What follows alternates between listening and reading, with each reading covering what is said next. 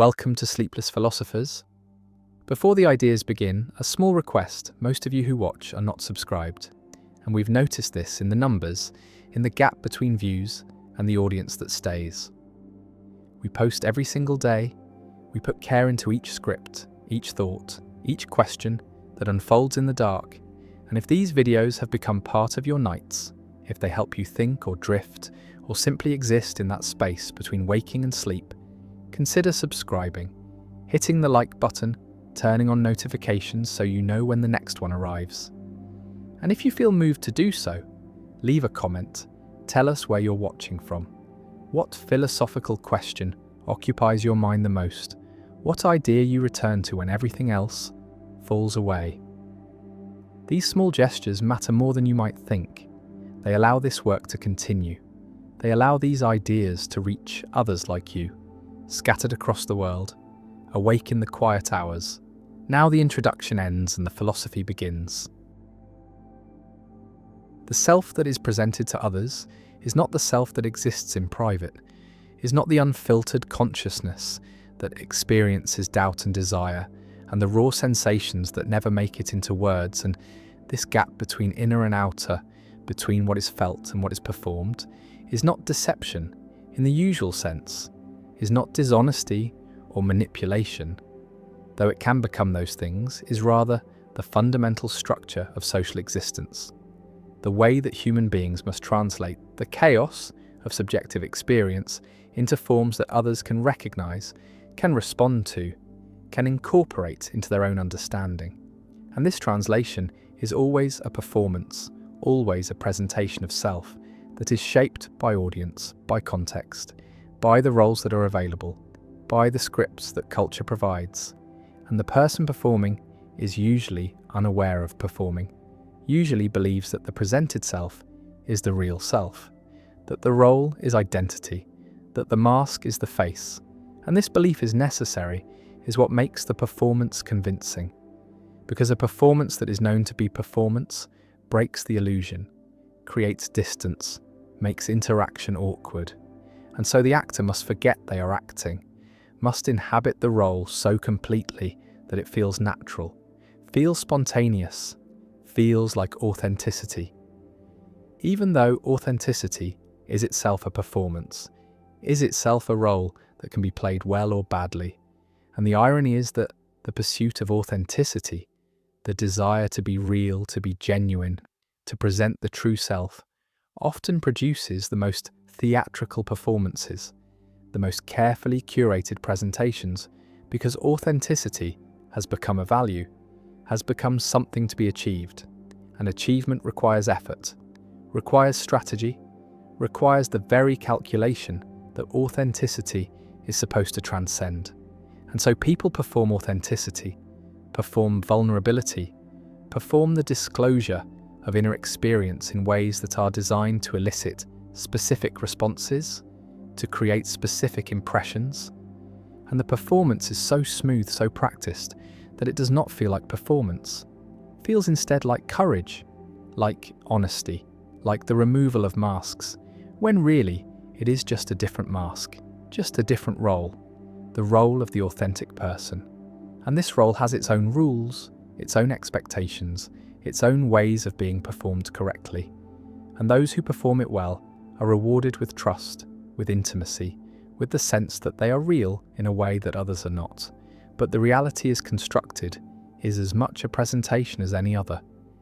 is distinguished only by the fact that it is currently valued, currently believed to be the marker of genuine selfhood. And in another time, another culture, a different performance would be valued, a different role would signify authenticity, and the self would adapt, would learn the new script, would perform the new role with the same conviction, the same sense of being true to something essential. And this adaptability reveals that there is no essential self, no core identity that exists independent of performance, only the capacity to perform, the ability to take on roles, to switch between them, to present different faces to different audiences. And this switching is not pathological, is not evidence of fragmentation or disorder, is simply the normal operation of social cognition.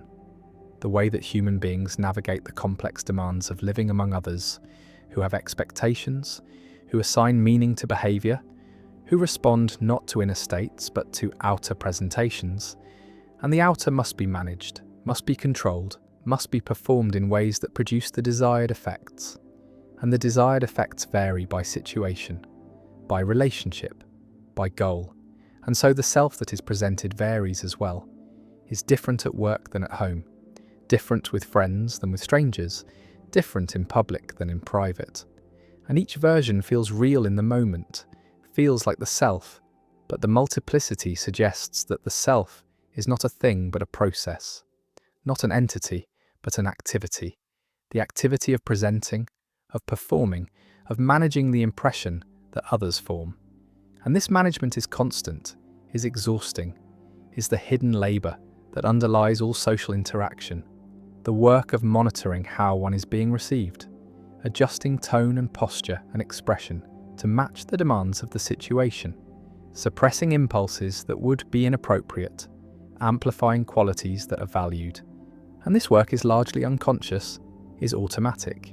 is the result of years of training in how to be a person, how to perform the role that culture assigns. And the training begins in childhood, begins with the learning of language, of gesture, of the countless small behaviours that signal, membership that indicate understanding of the rules, and children who fail to learn these behaviours, who cannot perform the expected roles, are marked as strange, as other, as outside the social order. And the marking is punishment, is exclusion, is the withdrawal of recognition. And recognition is what makes selfhood possible, is the confirmation that the performance is successful, that the presented identity is accepted, is real, and without recognition the self becomes unstable, becomes uncertain, becomes desperate for validation, for proof that it exists. And this desperation drives performance, drives the endless adjustment and refinement of presentation, drives the pursuit of authenticity that is really the pursuit of recognition, the desire to be seen, to be known, to be confirmed in one's existence by the gaze of another. And the gaze is selective, is interpretive, sees not what is actually there but what it expects to see, what it has been trained to see by culture, by category, by stereotype. And the person being gazed upon knows this, adjusts accordingly, performs the role that the gaze expects or deliberately subverts it, performs the opposite, performs resistance, but resistance is also performance, is also a role. The role of the rebel, the nonconformist, the authentic individual who refuses to play the game. And this refusal is its own game, its own set of rules, its own performance that must be maintained. And the maintenance is exhausting, is perhaps more exhausting than conformity because it requires constant vigilance, constant assertion of difference, constant performance of not performing. And the paradox is that the more one tries to escape performance, the more theatrical the presentation becomes. The more calculated the spontaneity, the more rehearsed the authenticity, and there is no escape from this paradox, no way to be social without performing, because sociality is performance, is the presentation of self to others in forms that can be recognized, and recognition requires forms, requires categories, requires roles that are shared, that are understood, that carry meaning beyond the individual, and the individual is always exceeding these categories, is always more complex than any role can contain, is always feeling things that cannot be expressed, thinking things that cannot be said, experiencing a richness of inner life that the performance necessarily simplifies, necessarily reduces, and this reduction is the cost of being understood, the price of social existence, and the question is whether the price is worth paying, whether the recognition gained is worth the self that is lost, and the answer varies, is different for different people at different times, and some find the performance liberating, find relief in the structure, in the clarity of roles, in the ability to step into a character and leave the chaos of unmediated experience behind, and others find it suffocating, find the roles too constraining, the masks too heavy, the gap between inner and outer too painful. And these are the ones who talk about authenticity, who long for genuine connection, who want to be seen as they really are. But what they really are is not something that can be seen, is not something that can be presented, is only something that can be lived. And lived experience is private, is immediate, is lost in the translation to performance, and so the longing for authenticity is a longing for the impossible, for a form of recognition that would not require form, for a connection that would not require mediation, for a self that could be known without being performed. And this self does not exist, has never existed, is a fiction, is the romantic myth of the true self that lurks beneath the social surface, waiting to be discovered, to be liberated, to be expressed. But there is no beneath. There is no depth where the true self resides. There is only surface, only performance, only the endless presentation of forms that are more or less successful, more or less satisfying, more or less exhausting. And the exhaustion is real, is the inevitable result of constant performance, of the effort required to maintain coherence, to present a self that is consistent across contexts, that makes sense as a character, that can be narrated as a story, and the story is always being edited, always being revised, always adjusting to new information, to new audiences, to new demands. And the editing is not optional, is not something that can be refused without cost, because the cost is unintelligibility, is the failure to make sense, is the breakdown of social recognition. And without recognition, the self dissolves, becomes nothing, becomes the raw experiencing that has no form, no identity, no place in the social world. And the social world is the only world there is the only context in which selfhood is possible. And so the performance continues, must continue, is the condition of being human, of being a creature that exists not alone but among others, not in isolation but in relationship. And relationship requires presentation, requires the management of impressions, requires what Irving Goffman called dramaturgy, the theatrical metaphor for social life, the idea that all interaction is performance, that every encounter has a front stage where the performance happens and a backstage where the actor prepares, and the backstage is not more real than the front stage, is not where the true self resides, is simply where a different performance happens. The performance of relaxation, of letting down the guard, of being off duty, but this too is performed, is presented to those who are allowed backstage, who are granted access to the private self. And the private self is itself public in a different way, is itself a presentation designed for a specific audience, the audience of intimities, of those who are supposed to see the unguarded version. And the unguarded version is still guarded, is still shaped by expectations, by the desire to be seen in a particular way, by the need to maintain certain impressions, even in intimacy, especially in intimacy, because intimacy is where the stakes are highest, where the performance matters most, where failure to maintain character can destroy relationships, can shatter the trust that depends on consistency, on the beloved being who they claim to be, on the friend being recognizable, on the self being stable enough to be relied upon. And stability requires performance, requires the suppression of variability, the editing out of contradictions, the maintenance of a coherent narrative that makes the self intelligible as a character. And characters are not people, are simplifications, are abstractions, are the reduction of complexity to manageable form, and the management is necessary, is what makes interaction possible, but it comes at a cost. The cost of everything that does not fit the character, everything that contradicts the narrative, everything that would make the self less coherent, less consistent, less recognizable, and what does not fit is suppressed, is hidden, is relegated to the back regions of consciousness where it cannot disrupt the performance. And sometimes the suppression is so successful that the performer forgets what has been suppressed, loses access to the parts of experience that do not fit the role, And this forgetting is adaptive, is functional, is what allows the performance to be convincing, to be believed by others and by the self. But it creates a split, creates the sense that something is missing, that the performed self is incomplete, is not capturing everything. And this sense drives the search for authenticity, drives the belief that there is a true self, waiting to be discovered, waiting to be expressed.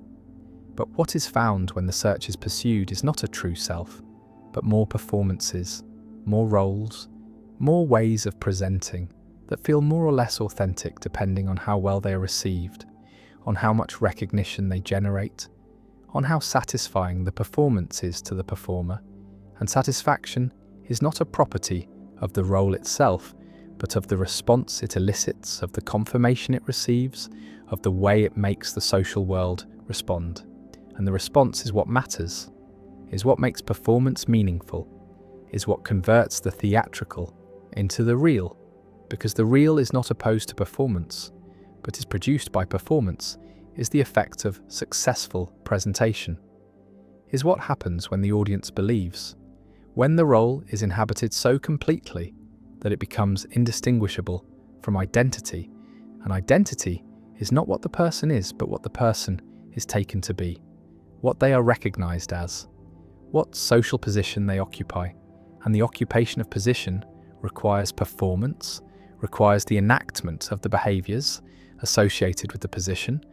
and the behaviors must be performed correctly, or the position is lost.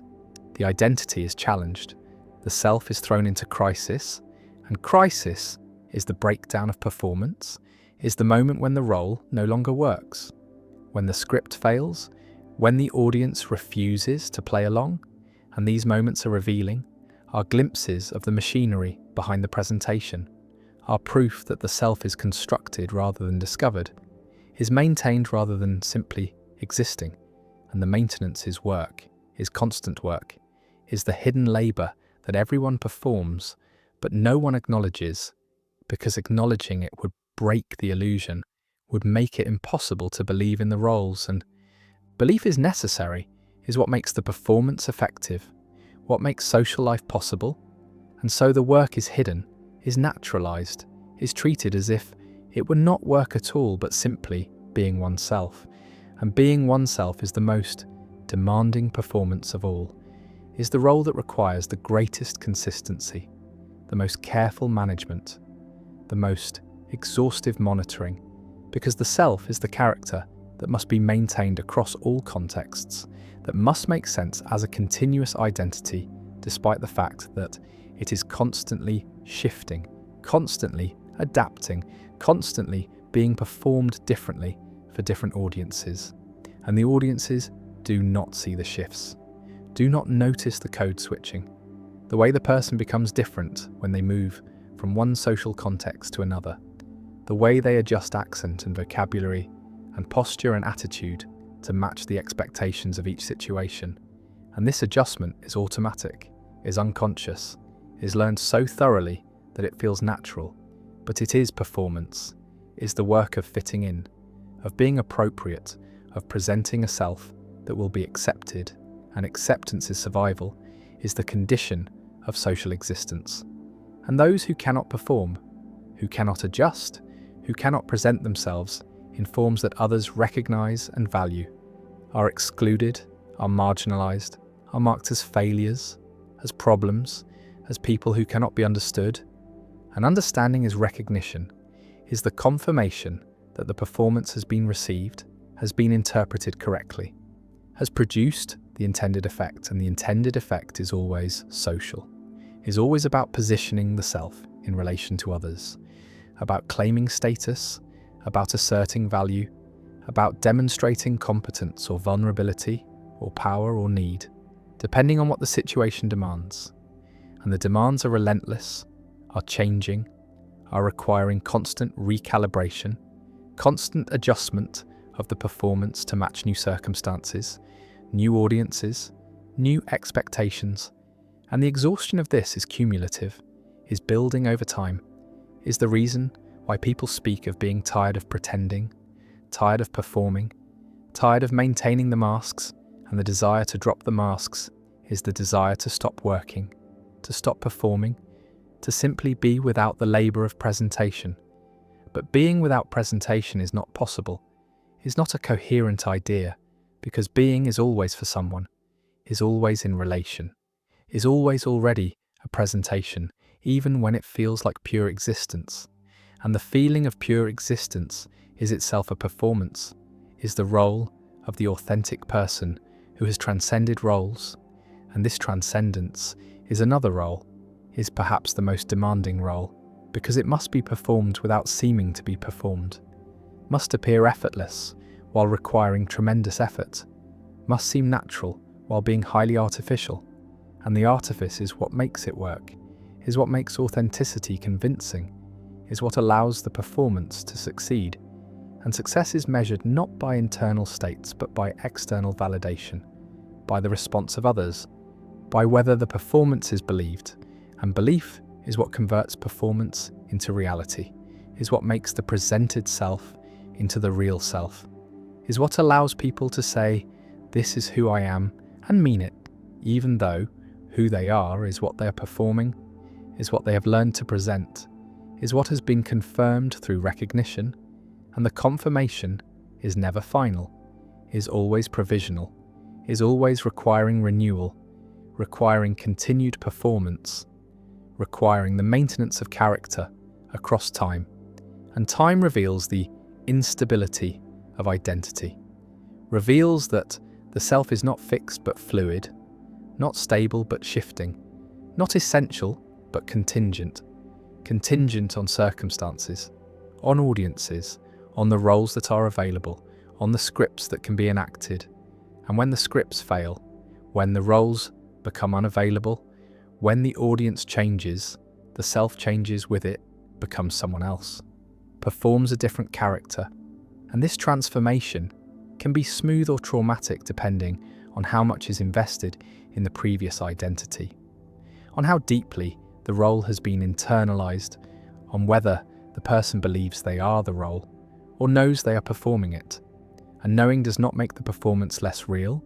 but it does make it less rigid, makes it possible to change without crisis, to adopt new roles without losing the sense of continuity. And continuity is the narrative thread that connects performances, that makes the self coherent across transformations, that allows someone to say, "I have changed, but I am still me." And the still me is the story, is the interpretation that makes the changes make sense, that integrates them into a single life, a single identity, and the integration is retrospective, is always looking back and reinterpreting the past in light of the present, making the past make sense as preparation for who one is now, and who one is now is who one is performing now, is the current role, the current presentation, and this will change, will be different. In a year, in a decade, will be looked back upon as another version, another performance, in the long series of performances that constitute a life. And the life is not the sum of these performances, but the narrative that connects them, the story that makes them cohere, and the story is itself a performance, is the presentation of a life as meaningful, as directed, as having purpose and continuity, when really it is just one thing after another, just a series of moments that are connected by memory and interpretation,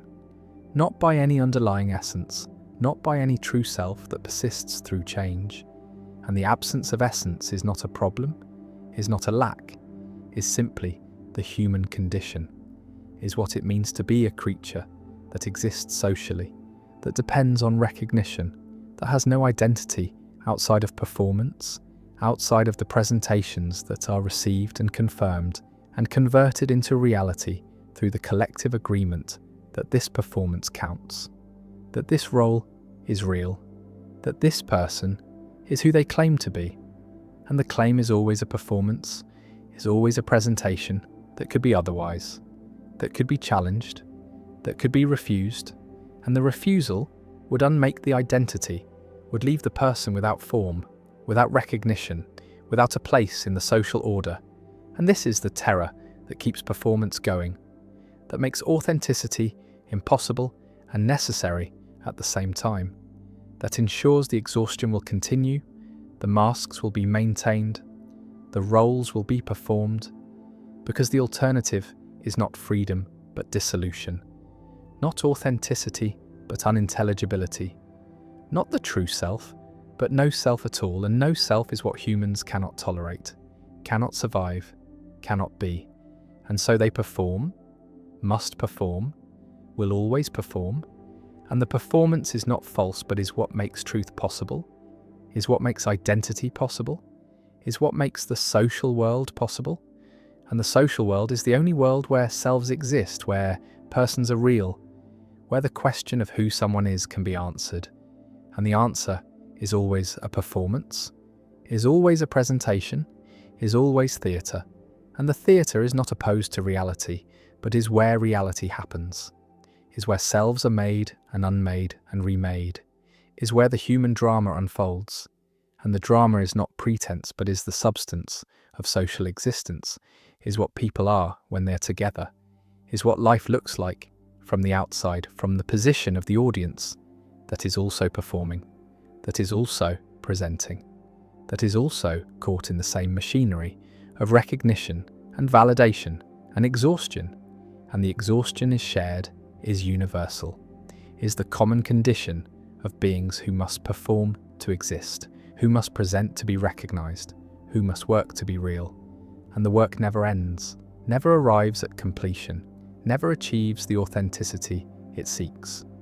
Because authenticity is not a destination, but another performance, another role in the endless repertoire of human self-presentation. And the repertoire is all there is what the self is made of, is the material from which identity is constructed, and the construction is ongoing, is never finished, is always being revised and updated and performed anew. And the performance is life, is what it means to be human, is the condition that cannot be escaped or transcended, but only inhabited, only enacted, only performed with more or less grace, more or less awareness, more or less exhaustion. And the exhaustion is the price, is what is paid for social existence, for recognition, for the privilege of having an identity at all. And the price is worth paying because the alternative is unthinkable, is the void where no performance reaches, where no audience sees, where no self exists because there is no one to confirm it, no one to recognize it, no one to make it real. And real is what performance does, is the achievement of successful presentation, is the magic of theatre that converts pretense into truth, converts acting into being, converts the performed self into the only self there is. And there is no other, never was, never will be, only the masks and the wearing of them and the exhaustion of maintaining them, and the belief, necessary and false and true all at once, that somewhere beneath the performance there is something real, something authentic, something that is not performing, and this belief keeps the performance going, keeps the search alive, keeps people presenting and adjusting and performing and exhausting themselves in the endless work of being someone, of being anyone at all. When probability contradicts intuition, there is a game show, a host, 3 doors, behind one door a car, behind the other 2 goats. The contestant picks a door. The host, who knows what is behind each door, opens a different door, revealing a goat. Then offers the contestant a choice: stay with the original door or switch to the remaining unopened door. And almost everyone's intuition says, it does not matter, says the probability is now 50-50, says switching and staying are equivalent because there are 2 doors left and one has the car. But this intuition is completely wrong. Switching doubles the chance of winning, gives a 2/3 probability instead of 1/3, and this is the Monty Hall problem, named after the host of Let's Make a Deal. And it has become famous not just as a probability puzzle, but as a demonstration of how badly human intuition performs with probability,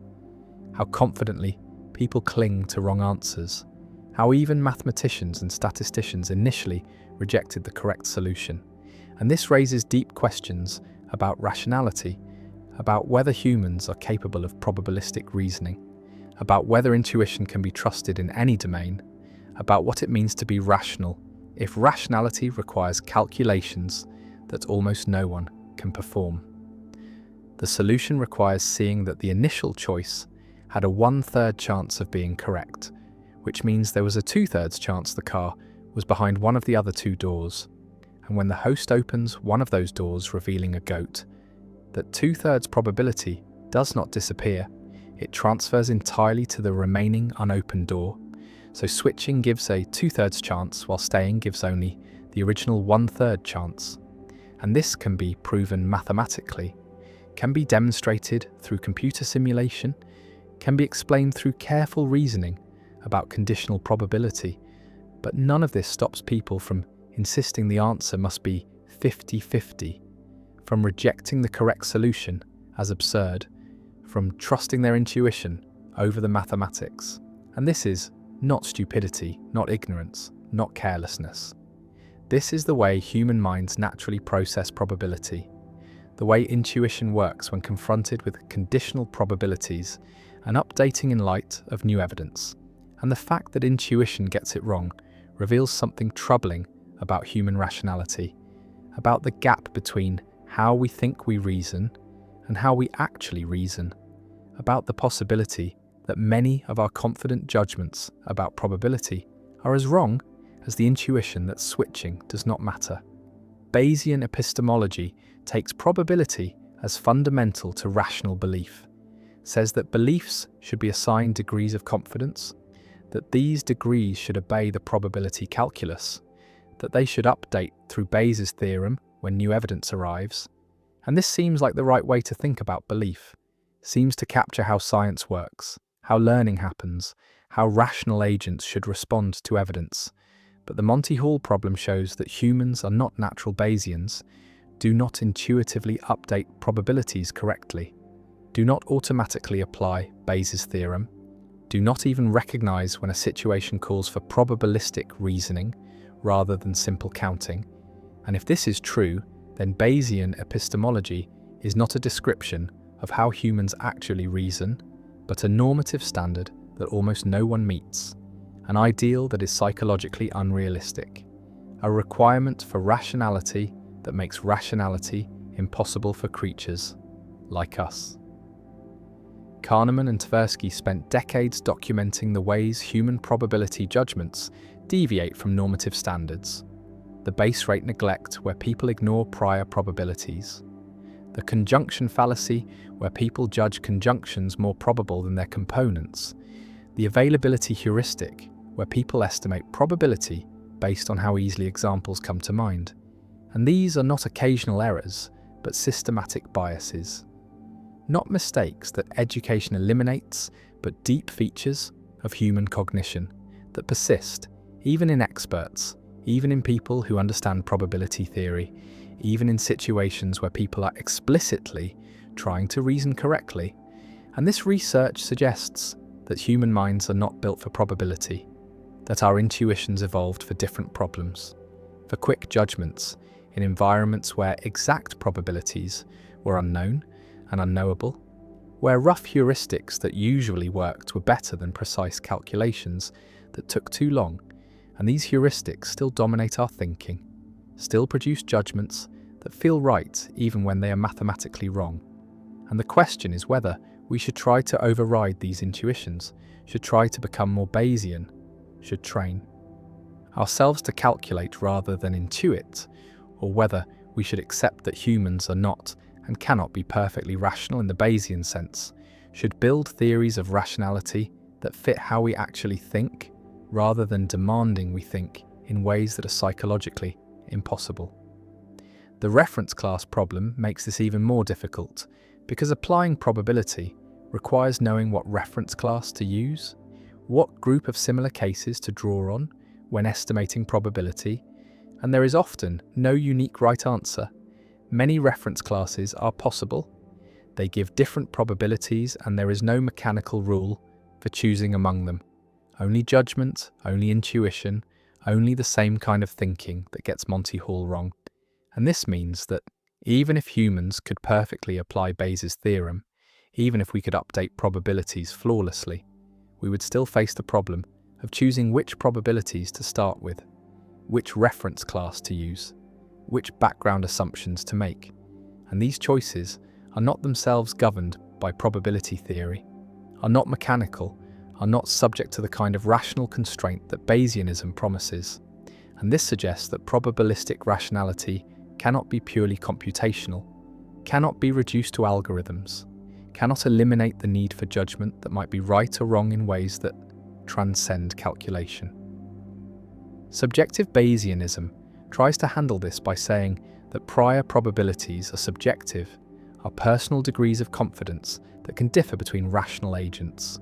And as long as priors satisfy the probability, axioms, and updating follows Bayes' theorem, any priors are rationally permissible, and agents with different priors will converge on the same posteriors given enough shared evidence, or so the theorem says. But this convergence can take a very long time, can require more evidence than is ever available. And in the meantime, agents with different priors will reach different conclusions, will make different predictions, will act differently, and there is no rational way to adjudicate between them. No standard that says one set of priors is better than another.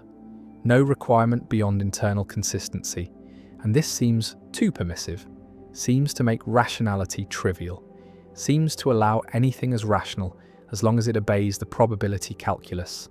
And conspiracy theorists obey the probability calculus. They just have different priors. They assign high probability to things most people assign low probability to, and they update on evidence in their own way. And by subjective Bayesian standards, they might be perfectly rational, just starting from different priors. And this cannot be right. This is not what rationality means. There must be some constraint on priors, some requirement beyond consistency, some standard that distinguishes reasonable from unreasonable starting points. But what that standard is, how to specify it, how to justify it without circularity, these questions have no clear answer. Objective Bayesianism tries to solve this by saying there are objective priors, that some probability assignments are privileged by logic or symmetry or information theory, that the principle of indifference or maximum entropy or some other principle determines what priors rationality requires. But each of these principles faces problems. The principle of indifference leads to paradoxes when applied to continuous quantities or overlapping partitions. Maximum entropy requires choosing a measure, and different measures give different entropies, and none of these principles seems to capture what we pre-theoretically think rationality requires. None of them vindicates our intuitive judgments about which beliefs are reasonable. And this suggests that the project of grounding probability in pure logic or symmetry has failed, that probability is not a priori but depends on empirical facts, on the actual frequencies in the world, on the causal structure of reality. And this leads back to frequentism, to the view that probabilities are objective features of the world, are long-run frequencies or propensities or chances built into the physical processes. But frequentism faces its own problems. The reference class problem returns, the problem of single cases where frequency makes no sense,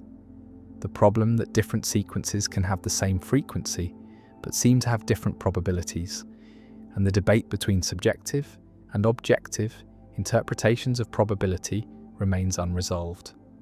Remains one of the deepest puzzles in philosophy of science and epistemology, remains a place where intuition gives conflicting verdicts, and mathematics does not uniquely determine the right answer. The Monty Hall problem can be generalized, can be seen as an instance of a broader phenomenon where updating on evidence is counterintuitive, where the correct probability depends on assumptions about the process that generated the evidence, about whether the host had to open a door with a goat or could have opened any door, about whether the host knows where the car is or is opening doors randomly, and changing these assumptions changes the correct answer,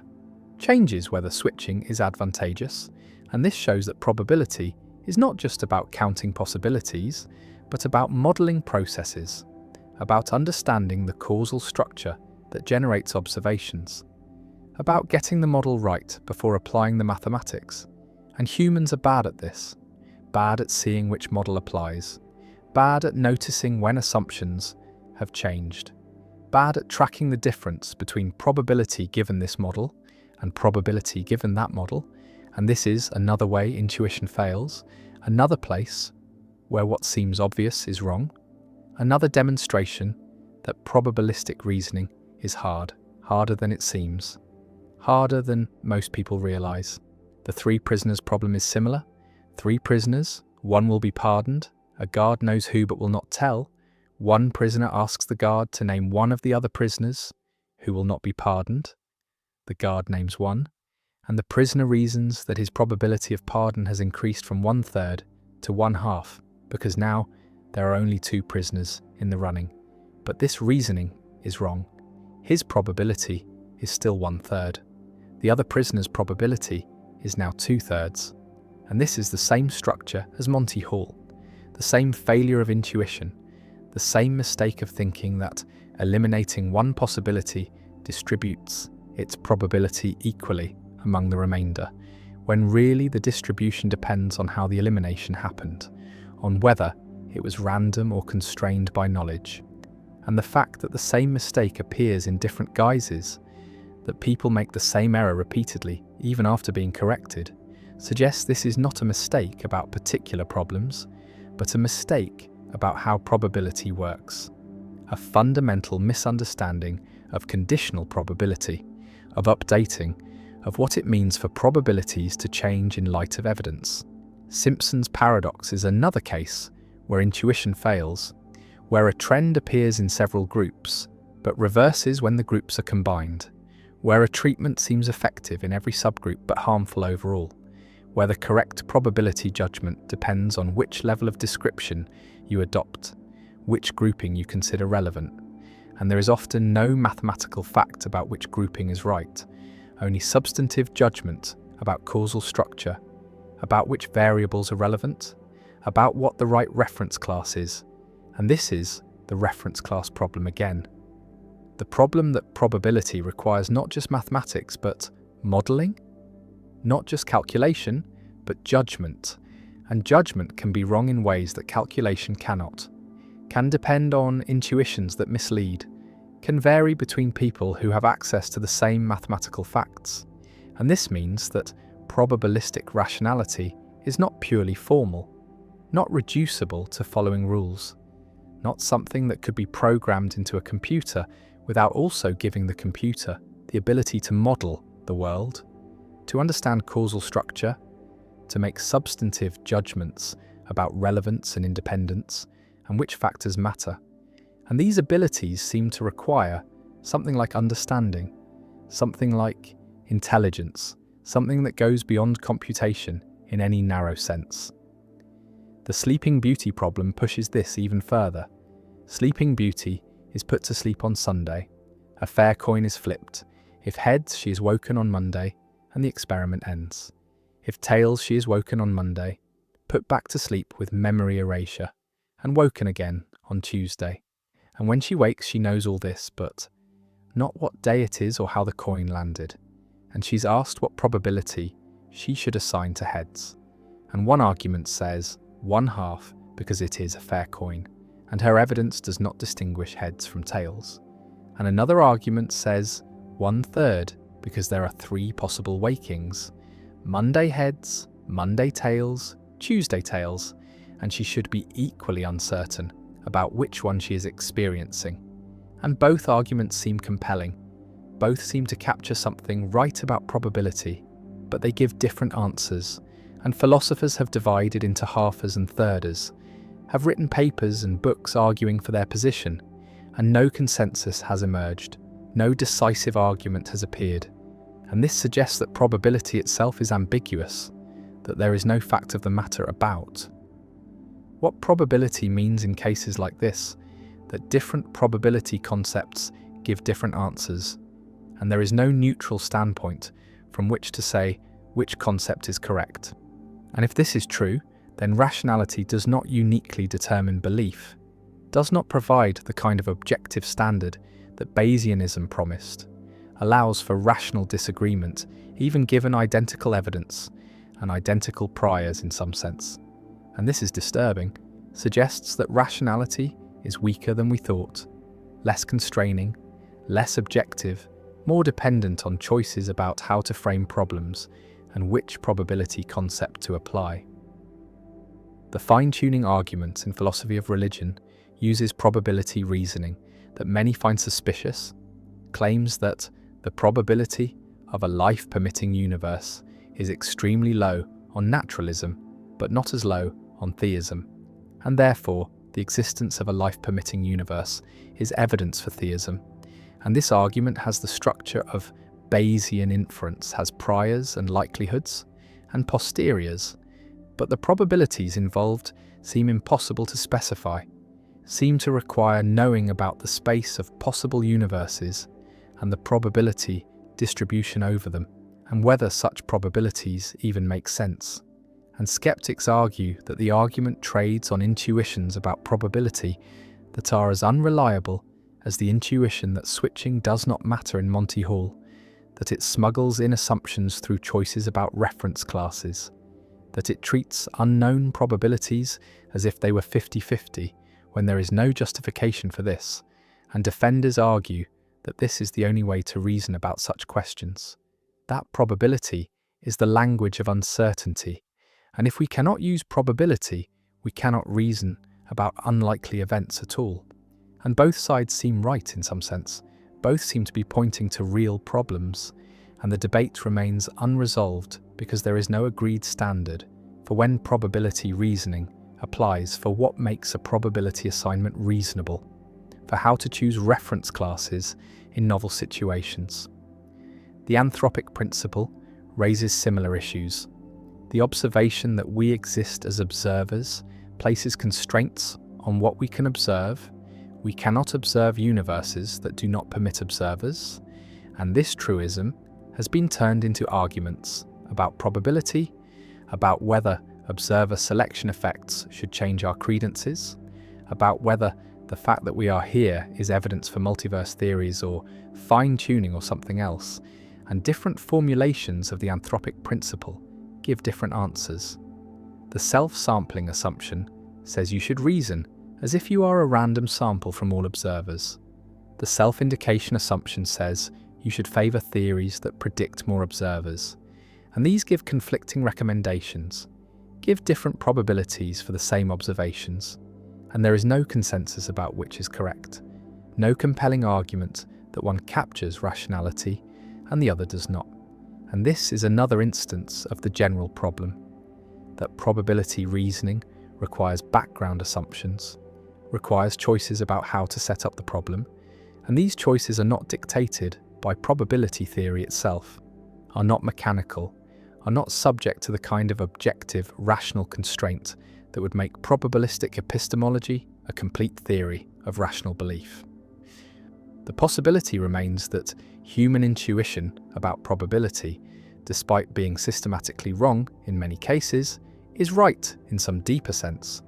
is adapted to a different kind of rationality than mathematical probability captures, is tuned to ecological rather than abstract problems, to frequencies encountered in real environments rather than to single-case probabilities in artificial puzzles. And Gigerenzer has argued exactly this, has argued that humans are better at frequency reasoning than probability reasoning, that framing Monty Hall in terms of frequencies rather than probabilities makes the right answer intuitive, that many of the biases Kahneman and Tversky documented disappear when problems are presented in ways that match our evolutionary history. And this suggests that the problem is not with human rationality, but with the mismatch between how probability theory frames problems and how human minds naturally frame them. And if this is right, then the solution is not to train people to be more Bayesian, but to recognize that formal probability is one tool among many, appropriate for some contexts but not others, and that intuitive reasoning has its own logic, its own standards, its own domain of applicability, and trying to replace it entirely with formal calculation would be a mistake, would lose something valuable, would sacrifice the kind of Quick approximate reasoning that actually works in most real-world situations for the sake of precision that is rarely achievable and often not worth the computational cost. Putnam sat in a room and imagined two planets, identical in every way, except one, Earth and twin Earth, perfect mirrors of each other down to the last atom, the last thought, the last whispered word, and on Earth there is water, H2O, the molecule that makes up oceans and rivers and rain, and on twin Earth there is also water, but it is not H2O, it is XYZ, a completely different substance with different chemical structure, different molecular bonds, different properties at the microscopic level. Yet to everyone living on twin Earth it looks exactly like water, tastes exactly like water, behaves exactly like water. It fills their lakes and falls from their clouds and quenches their thirst just as water does on Earth. Now imagine two people, one on Earth and one on twin Earth. Call them both Oscar. And these two Oscars are molecule for molecule identical. Same brain structure, same neural patterns, same memories, same thoughts, same internal psychological states. Everything inside their heads is exactly the same. And both Oscars look at a glass of liquid and say the word water. They both think they are referring to the same thing. They both believe they know what water is, but Putnam asks a simple question that shatters centuries of philosophy. Are they actually referring to the same thing? And the answer is no.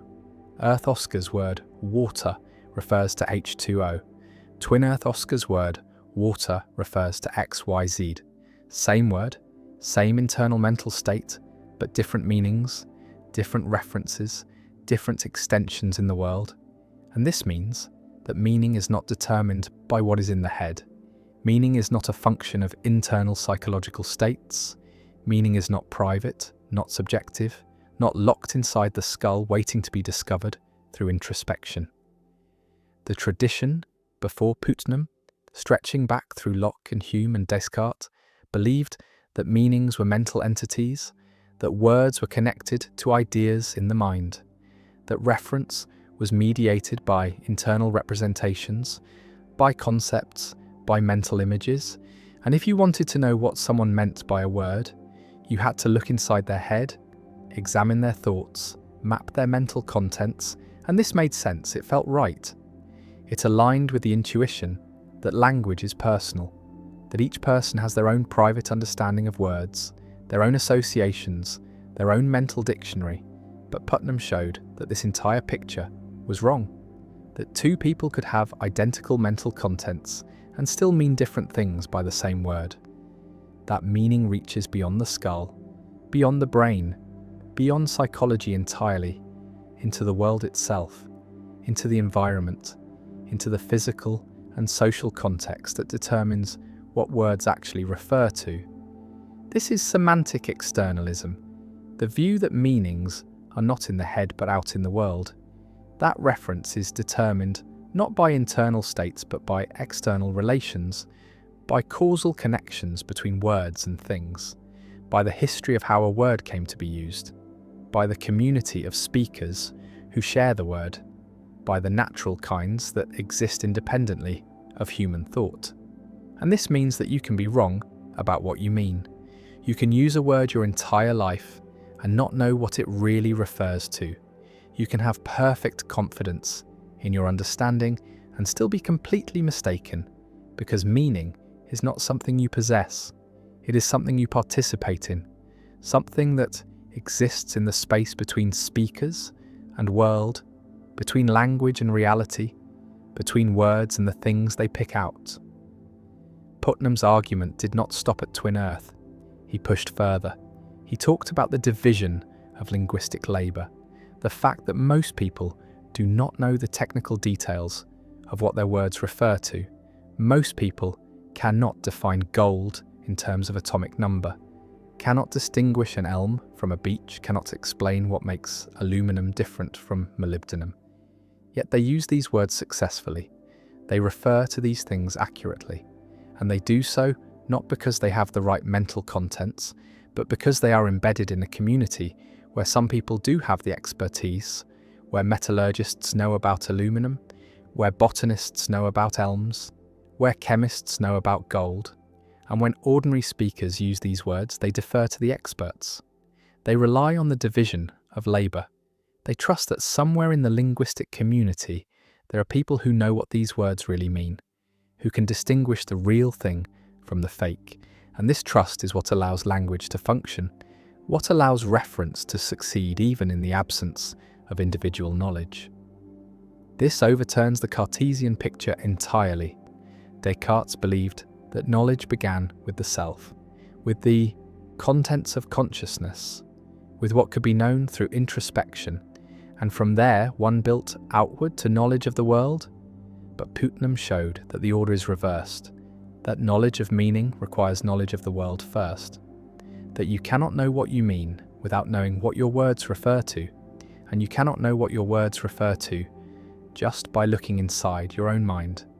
You have to look outside to the physical environment, to the social context, to the history of usage, to the experts who maintain the standards of reference.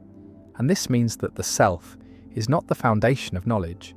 but a participant in a larger system, a node in a network of linguistic and social relations that determine meaning collectively, not individually, externally, not internally. Frege tried to solve the problem of meaning differently. He distinguished between sense and reference, between the mode of presentation and the thing presented, and he believed that sense was in the mind, that it mediated reference, that two people could refer to the same thing through different senses, like the morning star and the evening star, both referring to Venus, and this preserved the idea that meaning had a mental component, that internal states mattered. But Putnam's argument cut through this because on Twin Earth, Oscar and his counterpart have the same sense, the same mode of presentation, the same mental mediation, but they do not have the same reference. They are not talking about the same substance, and this means that sense alone does not determine reference, that no amount of mental content can fix what a word picks out in the world, that reference requires something beyond sense, beyond psychology, beyond anything that can be captured by introspection or phenomenology. Kripke reinforced this from another angle. He argued that names and natural kind terms were rigid designators, that they referred to the same thing in all possible worlds, not by virtue of satisfying a description, but by virtue of causal historical chains, that the word water refers to H2O because it was introduced to refer to a certain substance, and that reference was passed down through generations of speakers, through baptism and transmission, through ostension and use. And even if speakers lost track of what the substance was, even if they forgot its chemical composition, even if they developed false beliefs about it, the words still referred to the same thing, because reference is not determined by beliefs but by the causal connection between word and world, by the chain that links current usage back to the original act of naming, back to the moment when the word was first attached to the thing. This has radical implications for psychology, because it means psychology cannot determine reference, cannot tell you what your words mean, cannot give you the extension of your terms just by examining your mental states. And this was a blow to cognitive science, to theories of mind that tried to explain language purely in terms of internal representations, in terms of concepts and mental models and computational processes, because Putnam and Kripke showed that none of this is enough, that meaning leaks out of the head,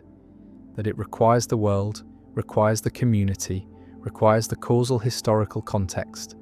and without these external factors there is no meaning at all, just empty sounds, just syntax without semantics, just symbols shuffling around inside the skull with no connection to reality. Yet people resist this conclusion. They cling to the intuition that they know what they mean, that their words are transparent to them,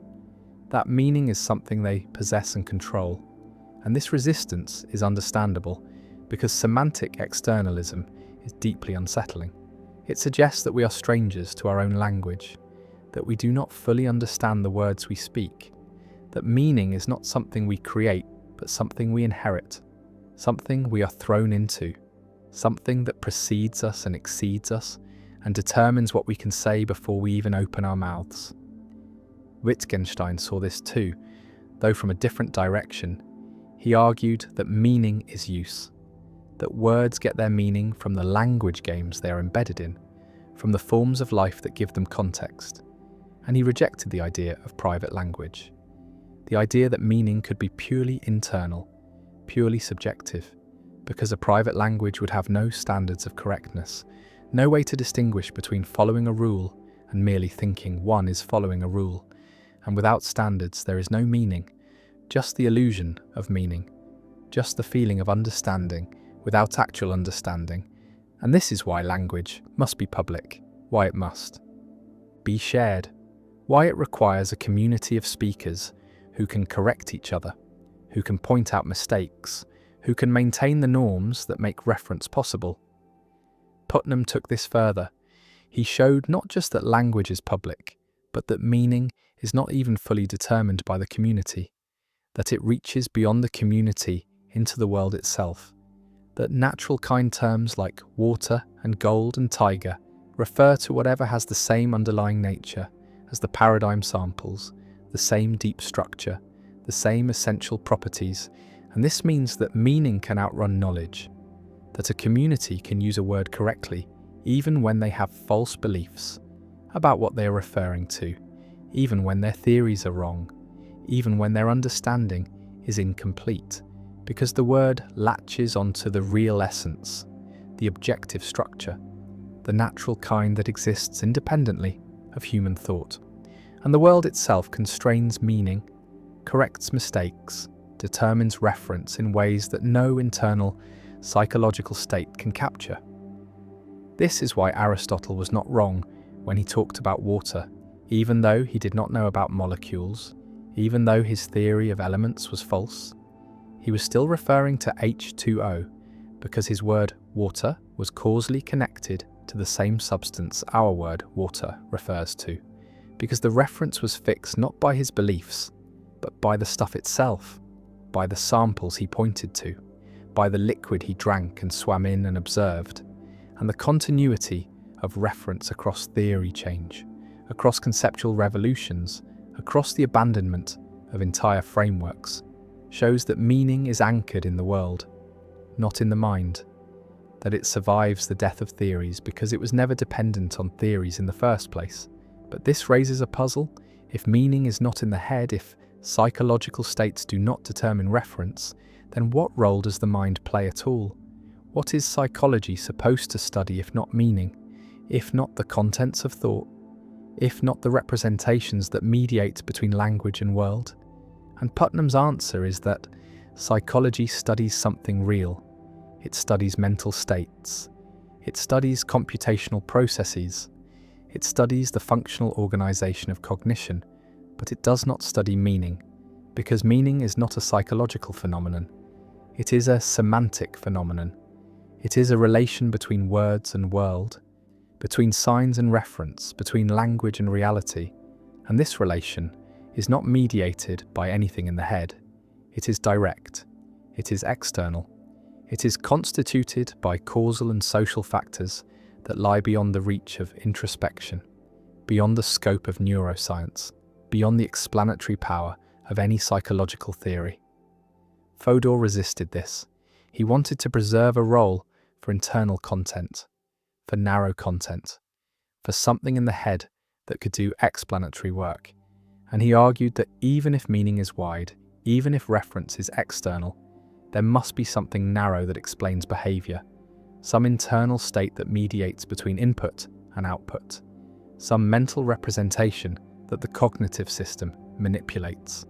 And he tried to carve out a space for psychology by distinguishing between wide content, which depends on the environment, and narrow content, which does not, which is purely internal, purely psychological, purely computational.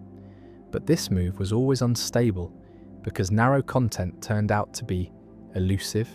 hard to define, hard to individuate, hard to see how it could play the explanatory role Fodor wanted it to play. And many philosophers concluded that narrow content was a myth, that there was no such thing, that all content was wide, that meaning was always externalist, always dependent on factors beyond the head, and if psychology wanted to explain behaviour, it would have to appeal to wide content, to states that are individuated by their relations to the environment, to representations that are only representations in virtue of their connections to what they represent. This is deeply counterintuitive, because it means that two people in identical internal states could be thinking different thoughts, could be believing different things, could be referring to different objects, just because they are in different environments, just because their words have different causal histories, just because the world around them is structured differently. And this seems to violate the intuition that mental states are internal, that what you're thinking is determined by what is going on inside your head, that consciousness is private, that the contents of experience are immediately accessible to introspection. But Putnam and Kripke showed that this intuition is wrong, that mental states are not self-intimating, that you can be mistaken about what you're thinking, that the meanings of your thoughts depend on facts about the world that you may not know, that reference is opaque, that you can use words successfully without understanding what they mean, that language works not because speakers have perfect knowledge, but because they are embedded in networks of reference that do the work for them, that connect words to things through mechanisms that operate below the level of consciousness, below the level of intentional control. Burge extended this argument to mental content itself. He argued that not just linguistic meaning, but thought itself is individuated externally, that beliefs and desires are identified by their relations to the environment, that you could not have a belief about water if you lived in a world with no water, that mental content is essentially relational, essentially dependent on what exists outside the mind, and this means that the mind is not a self-contained system, not a module that could be studied in isolation, not a computational device that processes inputs according to internal rules, but an open system, a system that is constituted by its interactions with the world, that is shaped by its environment,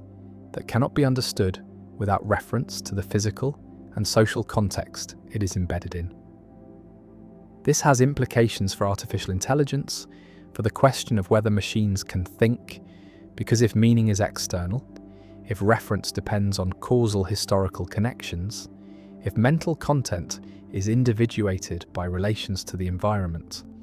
then a computer program, no matter how sophisticated, cannot have genuine thoughts unless it has the right connections to the world, unless it is embedded in the right kind of causal network, unless it participates in the same linguistic and social practices that give human words their meanings. And this suggests that thought is not just computation, not just symbol manipulation, not just syntactic operations on formal structures, but something that requires embodiment, requires situatedness, requires participation in a form of life, and a brain in a vat, no matter how complex its internal processes, would not be thinking about water or trees or anything else, because its words would not be connected to anything, would not refer to anything, would be empty symbols with no semantic content, no meaning, no reference, just syntax running in a void. Putnam himself later came to doubt some of his own arguments. He worried that semantic externalism led to metaphysical realism, to the view that there is a fixed, determinate way the world is, independent of human conceptual schemes, independent of language, independent of theory, and he came to think this was incoherent, that it made reference magical, that it required a God's eye view, a perspective from nowhere that could compare words to things without being situated in any particular framework, and he moved toward internal realism, toward the view that truth and reference are always relative to a conceptual scheme, always dependent on the practices and norms of a community, always constrained by what Quine called the tribunal of experience, but never fully determined by it. And this introduced a tension, a pull between the external world that constrains reference and the internal practices that constitute meaning, a tension that Putnam never fully resolved. that perhaps cannot be resolved, because meaning lives in that tension, in the space between mind and world, between language and reality, between what we intend and what our words actually pick out. Dennett approached this from yet another angle. He argued that meaning is not a real property but a useful fiction, that intentional states are not natural kinds but interpretive stances, that when we attribute beliefs and desires, we are not discovering facts about the mind but adopting a strategy for predicting behaviour. And from this perspective, the question of whether meaning is in the head or in the world dissolves. Because meaning is not anywhere, it is not a real thing but a pattern we impose, a way of organising our understanding of complex systems. And the intentional stance works whether we apply it to humans or thermostats or chess programs. The difference is just pragmatic, just a matter of what level of description is most useful for prediction and explanation. Not a matter of what really has meaning and what does not, because nothing really has meaning. Meaning is always an interpretation, always a projection, always a way of seeing that could be otherwise. But this seems too deflationary, too quick to dismiss the felt reality of meaning,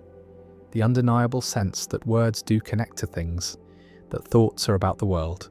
That reference is not just a useful fiction but a real relation,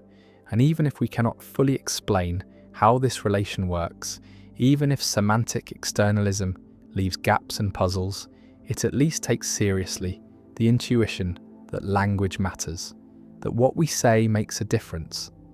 that truth is not just coherence within a system but correspondence with reality. However elusive and problematic that correspondence may be, and to give up on this, to reduce meaning to a mere interpretive stance, feels like giving up on something essential, something worth preserving even if we cannot fully explain it, even if it leads to paradoxes and tensions that resist resolution. Because the alternative is a world where nothing means anything, where language floats free of reality, where thought is cut loose from the world, and that is a world too empty, too barren, too divorced from lived experience to be acceptable, even if it is theoretically cleaner, even if it avoids the hard problems, even if it makes philosophy easier by making meaning disappear.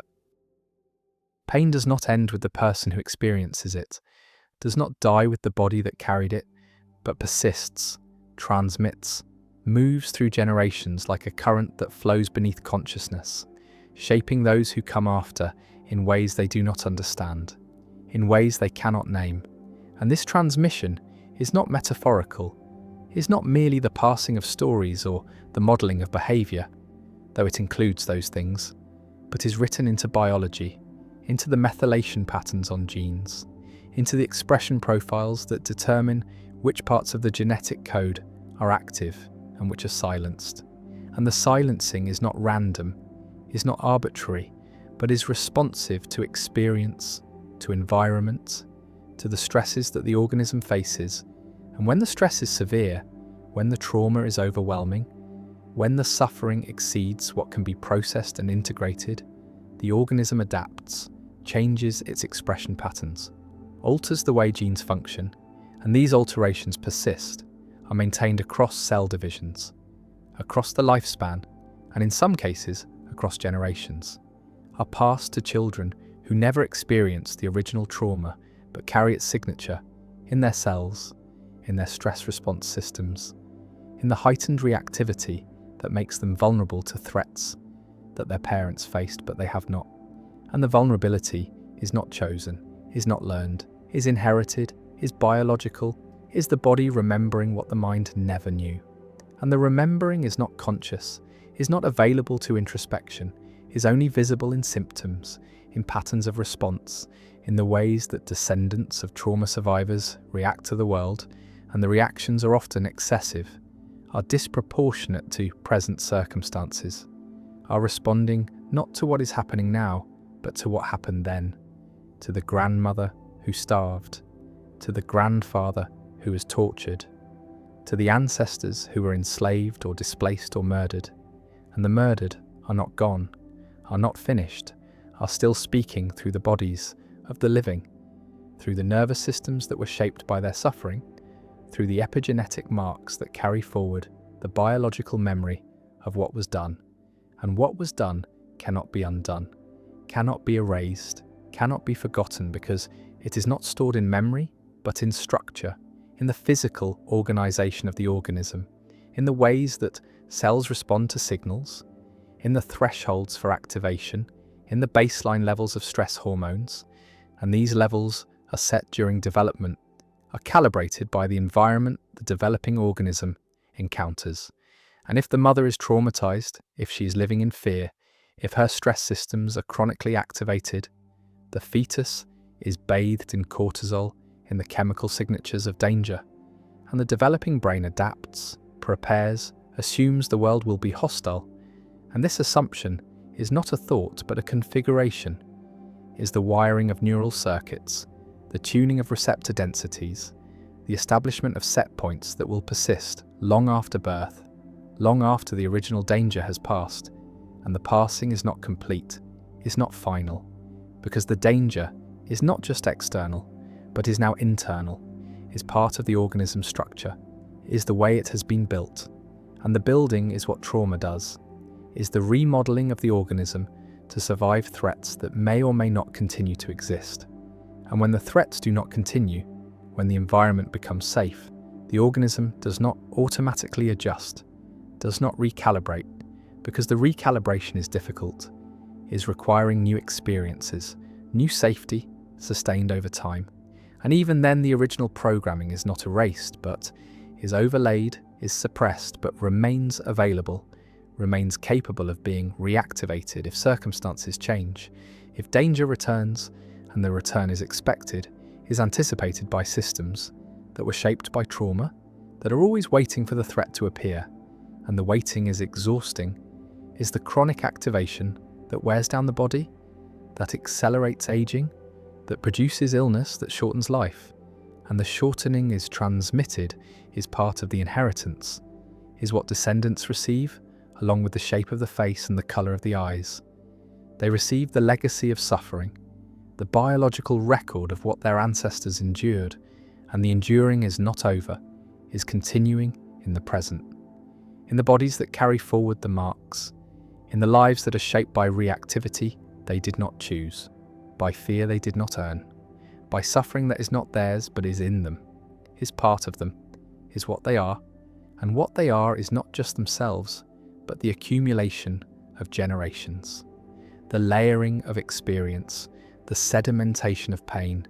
And the pain is collective, is not belonging to individuals but to lineages, to communities, to peoples who have been subjected to violence, to oppression, to the systematic destruction of culture and identity.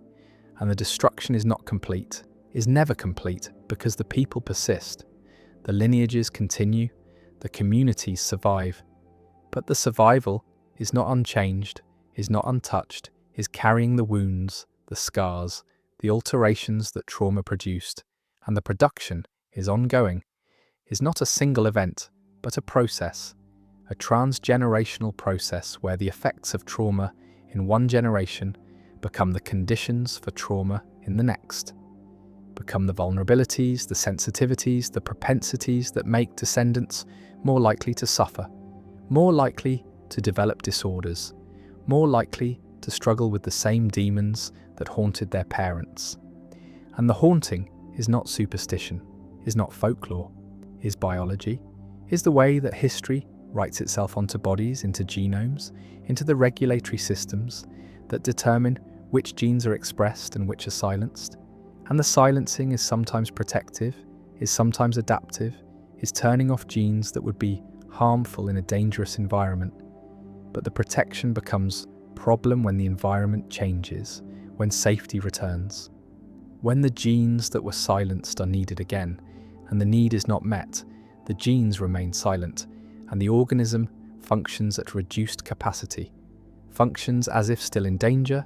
still in deprivation, still in the conditions that shaped its ancestors. And the shaping is transmission, is the way that trauma moves across time, inhabits new bodies, new lives, without ever announcing itself, without ever being recognized for what it is. And what it is inheritance, is the legacy that no one chose, that no one wanted, that is carried nonetheless, is carried in silence, in shame, in the unspoken sense that something is wrong, that something is broken, that the self is damaged in ways that cannot be explained, that make no sense given the safety of the present, given the absence of direct trauma, but the absence is not complete, is not real, because the trauma is present, is here, is in the body, in the nervous system, in the patterns of reactivity that were established before birth, before consciousness, before the possibility of choice. And choice is not available, is not part of this inheritance, because the inheritance is automatic, is biological, is not something that can be refused or returned, is only something that can be carried, can be lived with, can be passed forward, unless the cycle is broken. And breaking the cycle is difficult, is requiring awareness, is requiring intervention, is requiring that the trauma be recognized, be named, be brought into consciousness, where it can be processed, where it can be integrated, where its grip can be loosened. But the loosening is not guaranteed, is not automatic, is requiring work, is requiring therapy, is requiring the creation of new experiences, new safety, new patterns that can override the old. And the override is partial, is incomplete, is never total, because the old patterns are deep, are foundational, are part of the structure, and structure is resistant to change, is maintaining itself, is reproducing itself, is the reason why trauma persists, why it transmits, why descendants find themselves struggling with issues that seem to come from nowhere, that have no clear source in their own experience, but are rooted in the experience of those who came before. And those who came before are not past, are not gone, are present in the bodies of the living, are speaking through symptoms, through patterns, through the reactivity that makes no sense until the history is known, until the lineage is traced, until the connection is made between present suffering and past trauma. And the connection is not always visible, is not always traceable, because the transmission is not direct, is not conscious, is happening at levels below awareness, in the biology, in the epigenetics, in the ways that genes are regulated, and regulation is the mechanism, is how the environment gets under the skin, how experience becomes biology, how trauma writes itself into the code, not by changing the sequence but by changing the expression, by adding methyl groups to the DNA, by modifying histones, by altering the accessibility of genes to the transcription machinery. And these alterations are reversible in principle, are not mutations, are not permanent changes to the sequence, but in practice they are stable, are persisting, are passed to daughter cells when cells divide, are sometimes passed to offspring when gametes form, and the passing is the inheritance, is the way that trauma becomes. Transgenerational becomes a legacy that spans lifetimes, that spans centuries, that connects descendants to ancestors they never met, whose names they do not know, whose suffering they do not remember, but nonetheless carry in their bodies, in their stress responses,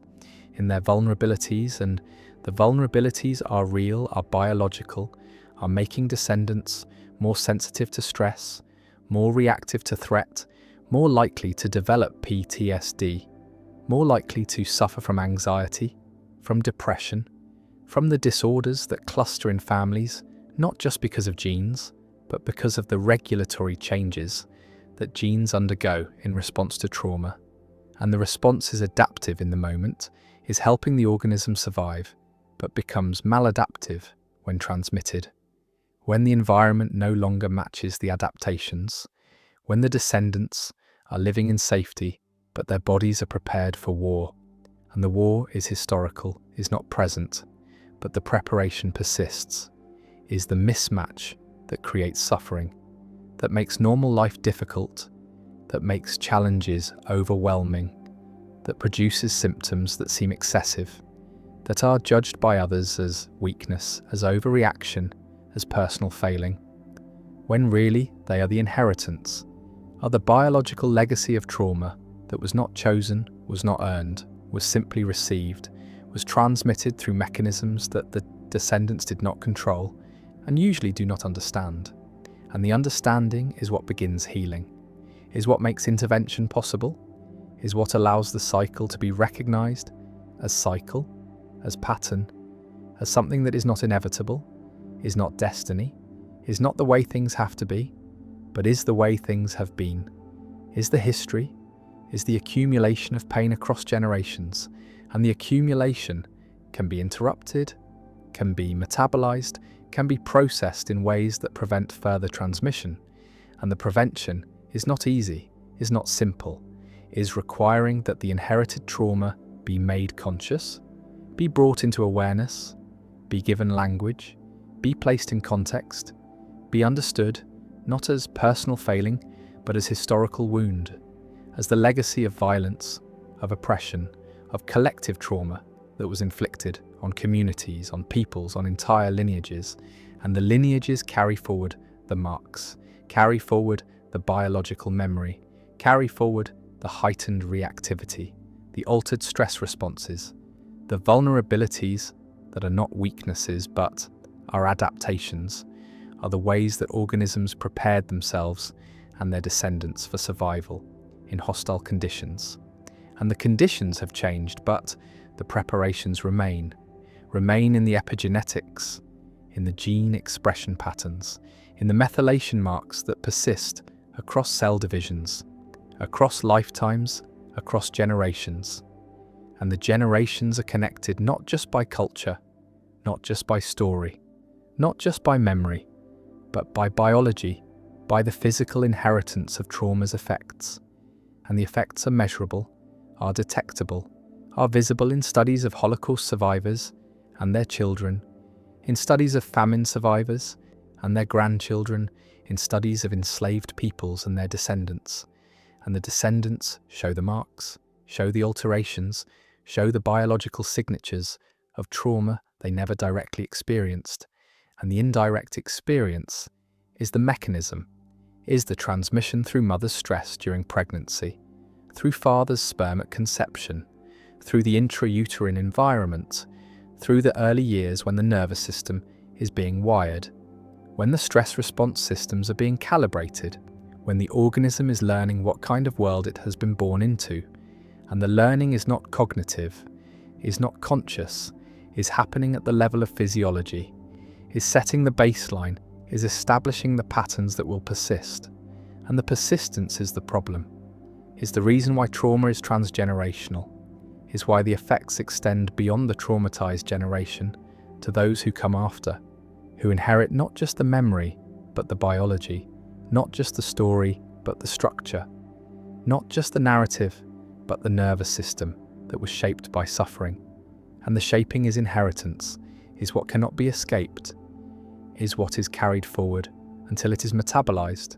until it is processed, until the cycle is broken by someone who recognizes what is happening, who understands the transmission,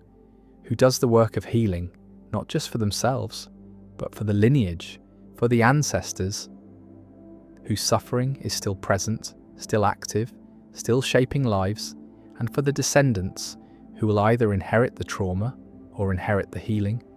will either receive the unprocessed pain or will receive the integration, the metabolization, the transformation of trauma into wisdom,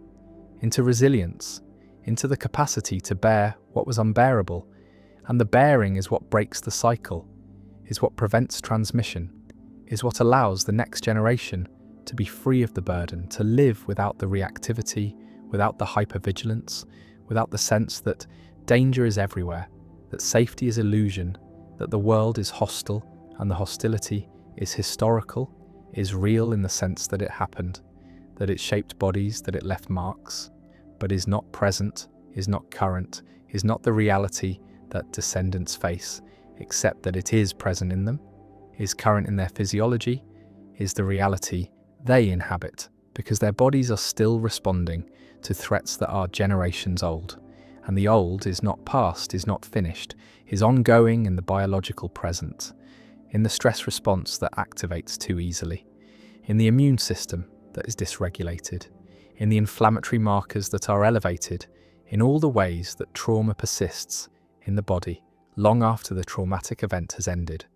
And when the body that persists is not the body that was traumatized, but is the body of a descendant,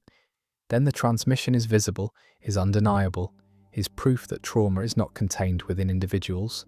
but spreads across time, across generations, becomes the inheritance that shapes families, communities, peoples, and the shaping is not deterministic, is not fate, is not making the future inevitable, but is making certain futures more likely, is creating vulnerabilities, is establishing patterns that will repeat unless interrupted, unless metabolized, unless transformed through the difficult work of bringing the unconscious into consciousness, the biological into awareness, the inherited into the examined. And the examination is what makes change possible, is what allows descendants to recognize that what they feel is not just theirs, is not just personal, is not just individual pathology, but is the echo of historical trauma, is the reverberation of suffering that originated elsewhere in the lives of ancestors who endured what should not have been endured, who survived what should not have been survived. And the survival is the transmission, is the passing forward of the marks, the scars, the alterations that survival required. And the requirement is what makes the inheritance unavoidable, is what makes the dead still speak, still influence, still shape the living, because the dead are not gone, are not finished, are present in the bodies of descendants, are present in the epigenetics, in the gene expression, in the reactivity, in the vulnerabilities, in all the ways that trauma persists beyond the traumatized, becomes transgenerational, becomes collective, becomes the wound that a people carries, that a lineage inherits, that cannot be healed by individuals alone, but requires collective recognition, collective processing, collective transformation. And the transformation is possible, is happening, is the work of those who recognize the inheritance, who refuse to pass it forward, who do the difficult work of metabolizing historical trauma, of breaking cycles that have persisted for generations, of healing not just themselves, but the lineage, the ancestors, the descendants, the entire chain of transmission. And the breaking is not erasure, is not forgetting, is not denying what happened, but is integrating, is processing, is transforming the raw wound into scar tissue, into wisdom, into the capacity to remember without being destroyed by the remembering. And the remembering is necessary, is what prevents repetition, is what honors the suffering,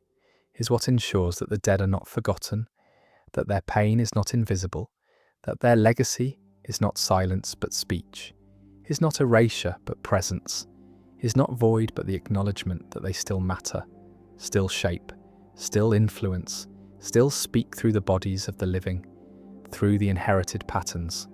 through the transgenerational transmission of trauma that makes history not past but present, not finished but ongoing, not ended but continuing in the lives of descendants who carry forward the marks, the wounds, the biological memory of what was done. And what was done cannot be undone, but can be transformed, can be metabolized, can be released from its hold on the future, can be prevented from transmitting further. And the prevention is the work, is the healing, is the breaking of cycles that cannot break themselves, that require consciousness, require intention, require the difficult recognition that the pain being felt is not just personal, but is inherited, is collective, is historical, and that healing it requires more than individual therapy, requires acknowledgement, requires witnessing, requires the collective processing of collective trauma, and the processing is happening, is the work of communities, of peoples, of lineages who are recognizing the inheritance, who are naming the trauma, who are bringing into consciousness what was unconscious, into language what was biological, into the examined what was automatic. And the examination is what allows transformation, what allows the cycle to end, what allows descendants to live without the burden, to inherit not trauma but resilience, not wound but wisdom, Not pain, but the capacity to bear pain without being destroyed by it. And the bearing is what breaks the cycle, is what ends the transmission, is what allows the dead finally to rest, to stop speaking through symptoms, through suffering, through the bodies of the living, and to become instead memory, story, history, the acknowledged past that shapes but does not determine, that influences but does not control, that matters but does not trap. And the trap is what trauma creates, is the cycle that repeats, is the inheritance that persists until it is seen, until it is named, until it is brought into the light where it can be examined, can be understood, can be transformed from curse into legacy, from burden into gift, from wound into wisdom. And the wisdom is what can be passed forward, is what can be inherited, is what can replace the trauma in the transgenerational transmission. And the replacement is possible, is happening, is the work of healing that extends across time, that heals not just the present, but the past, not just the self, but the lineage, not just the individual, but the collective. And the collective is what trauma targets, what trauma fragments, what trauma destroys. And the collective is what healing restores, what processing rebuilds, what transformation makes possible again, the sense of belonging, of continuity, of connection across generations. And the connection is what makes the inheritance bearable, is what converts trauma into meaning, suffering into purpose, pain into the possibility of preventing further pain. And the prevention is the inheritance that can replace trauma, is the legacy that can break cycles, is what the dead want, have always wanted, which is not to haunt but to rest, not to burden but to bless, not to wound but to protect. And the protection comes through the metabolization of their trauma, through the breaking of the cycles they could not break, through the healing they could not achieve, and achieving it now, in the present, heals not just the future, but the past, heals the ancestors whose suffering is still active,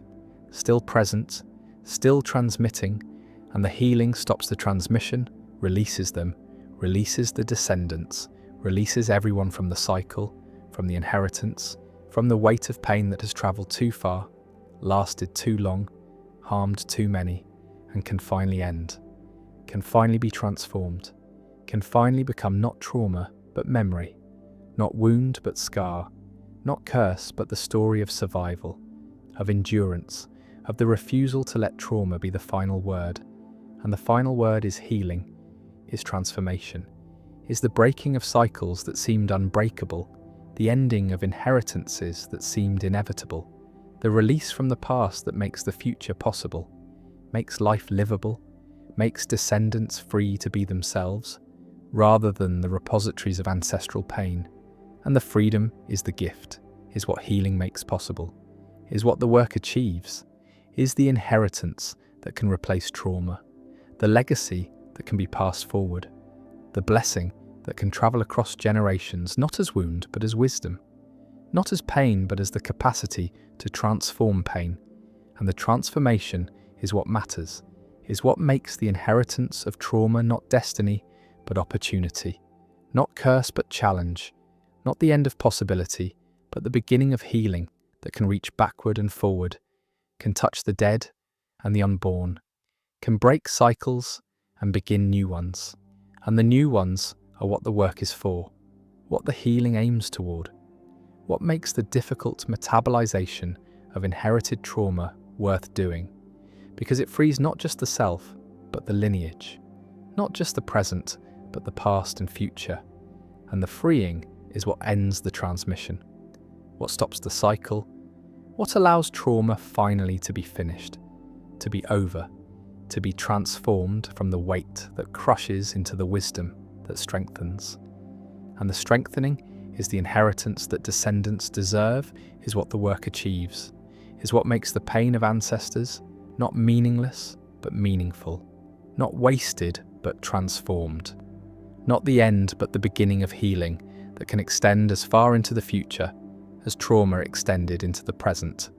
And the extension is what breaks the curse, what ends the haunting, What allows the dead finally to rest and the living finally to be free? Language shapes thought, shapes what can be conceived, what can be expressed, what can be hidden, and most languages allow hiding, allow the gap between what is thought and what is said, allow the performance of statements that do not correspond to internal states that present as true what is known to be false, that create the possibility of deception, of lying, of the mismatch between inner and outer that is fundamental to social existence as it is currently lived. But what if language did not allow this mismatch? What if the grammar itself prevented the expression of anything except what is actually believed? What is actually experienced? What is actually the case from the speaker's perspective? Not objective truth, which is unknowable, but subjective honesty, which is the correspondence between what is felt and what is said. And the correspondence would be mandatory, would be built into the structure of the language, into the syntax that determines what can be grammatically formed, what sentences are possible, and the possible would exclude any statement that the speaker does not believe, that does not match the speaker's internal state, that constitutes a lie. And lying would not be immoral in such a language, but would be impossible, would be ungrammatical, would be like trying to form a sentence that violates the rules of syntax, that cannot be uttered, not because it's forbidden, but because it's not a sentence in the language, is not something that the grammar allows, and the allowing is what determines what can be thought, what can be expressed, what can be communicated. And if the grammar does not allow lying, then lying becomes not just difficult, but inconceivable, becomes not something that is avoided through moral effort, but something that is impossible through structural constraint. And the constraint is liberating in one sense and terrifying in another, is eliminating the burden of deciding whether to lie, of managing impressions, of performing honesty while concealing dishonesty, but is also eliminating privacy, is making internal states visible, is forcing expression of thoughts and feelings that in normal languages can be hidden, can be kept private, can be protected from others, through the simple expedient of not saying them or saying something else instead. And the instead is what becomes impossible, is what the grammar prevents, is what makes this language unlike any language that currently exists,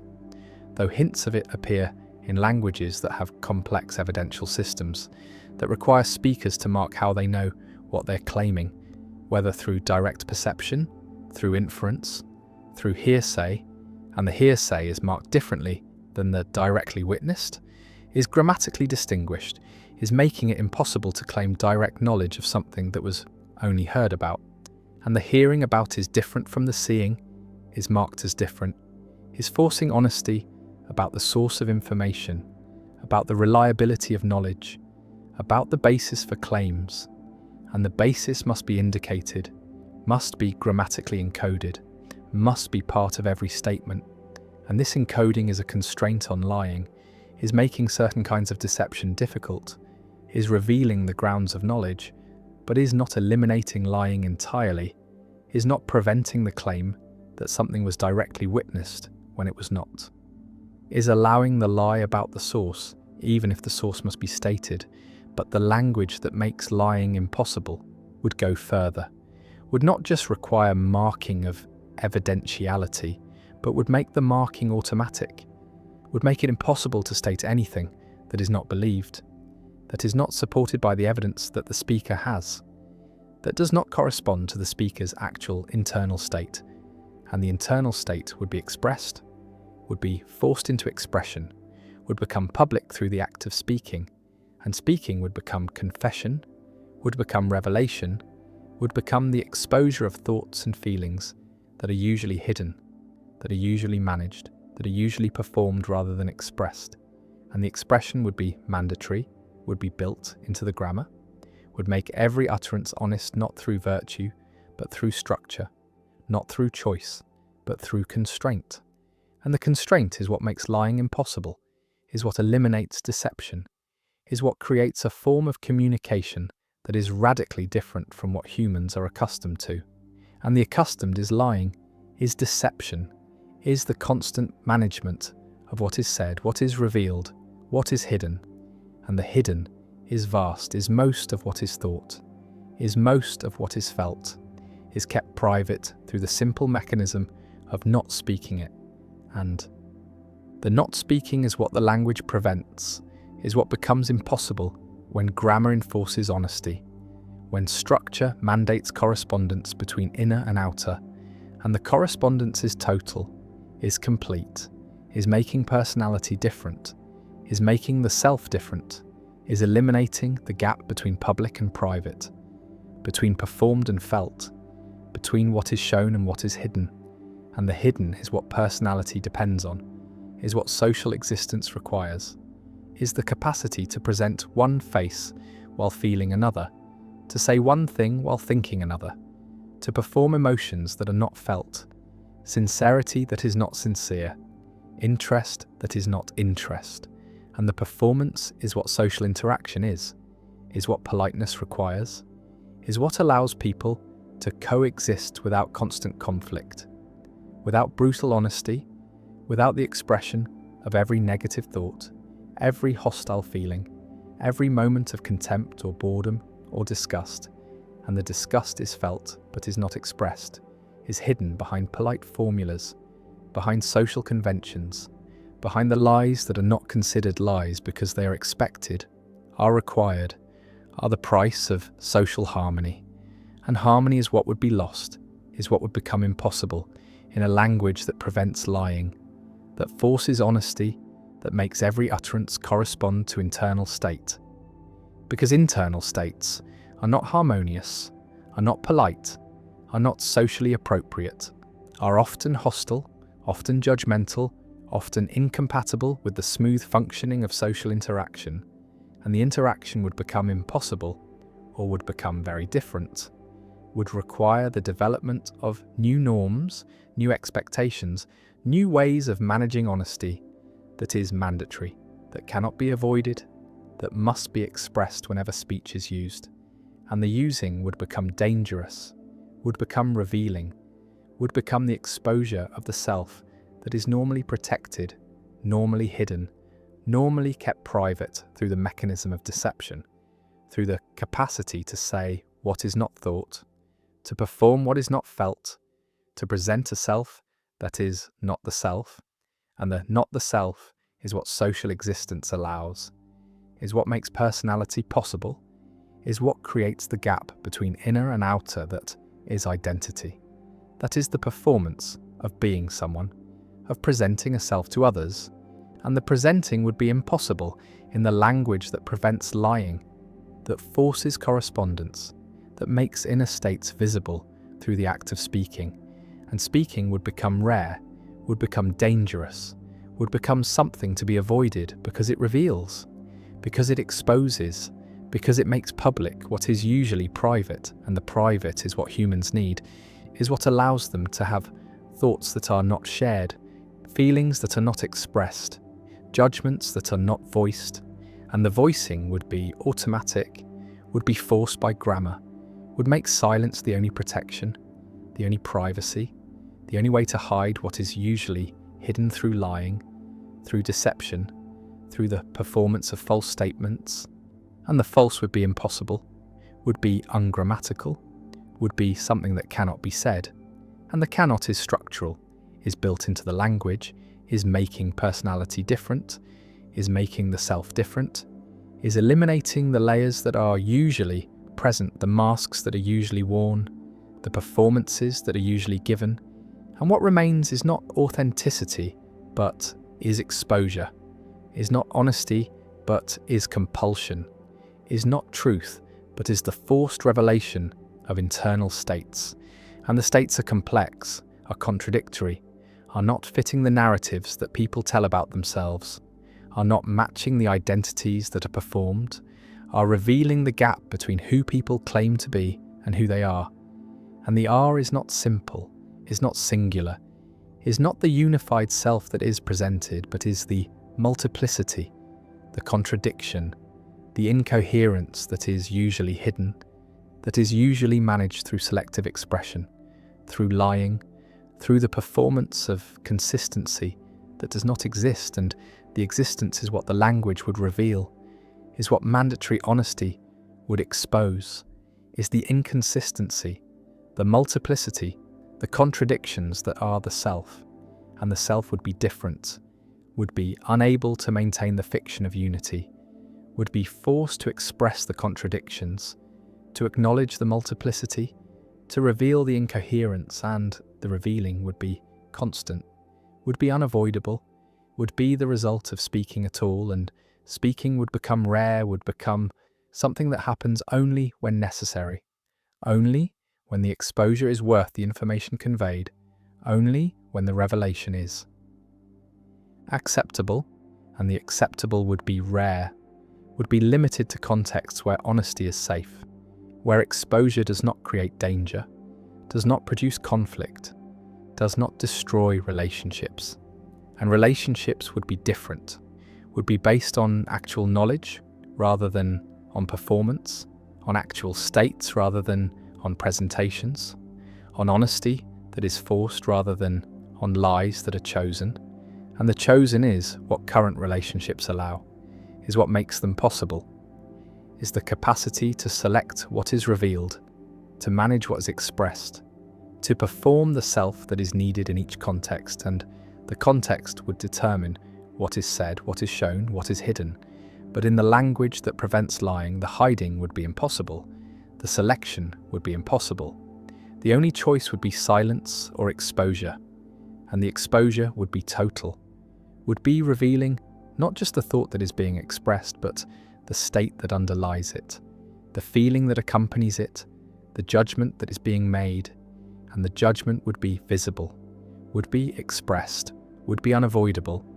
and the avoiding is what social interaction depends on,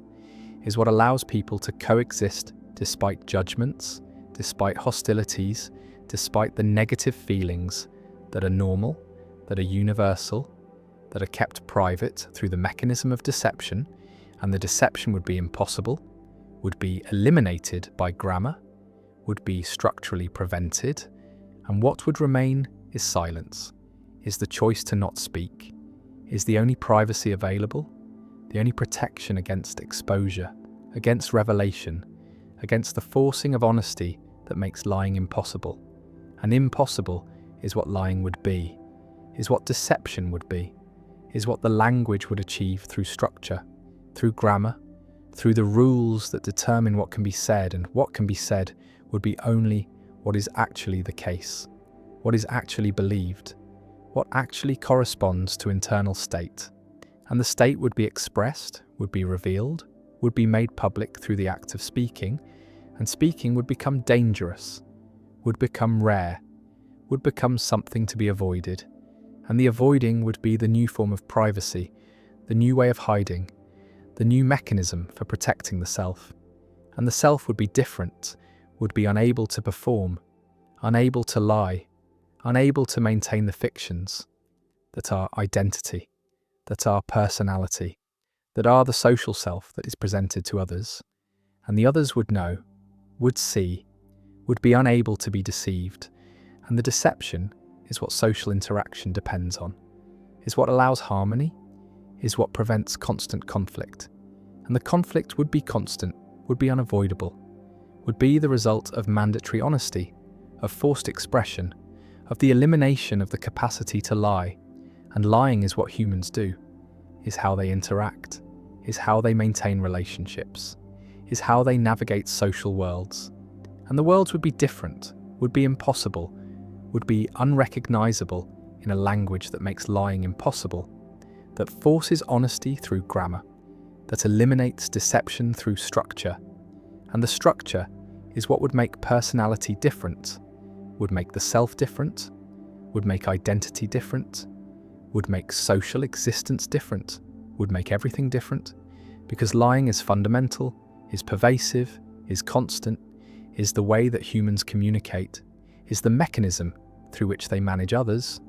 through which they protect themselves, through which they maintain the fictions that are necessary for functioning, and the functioning would be impossible,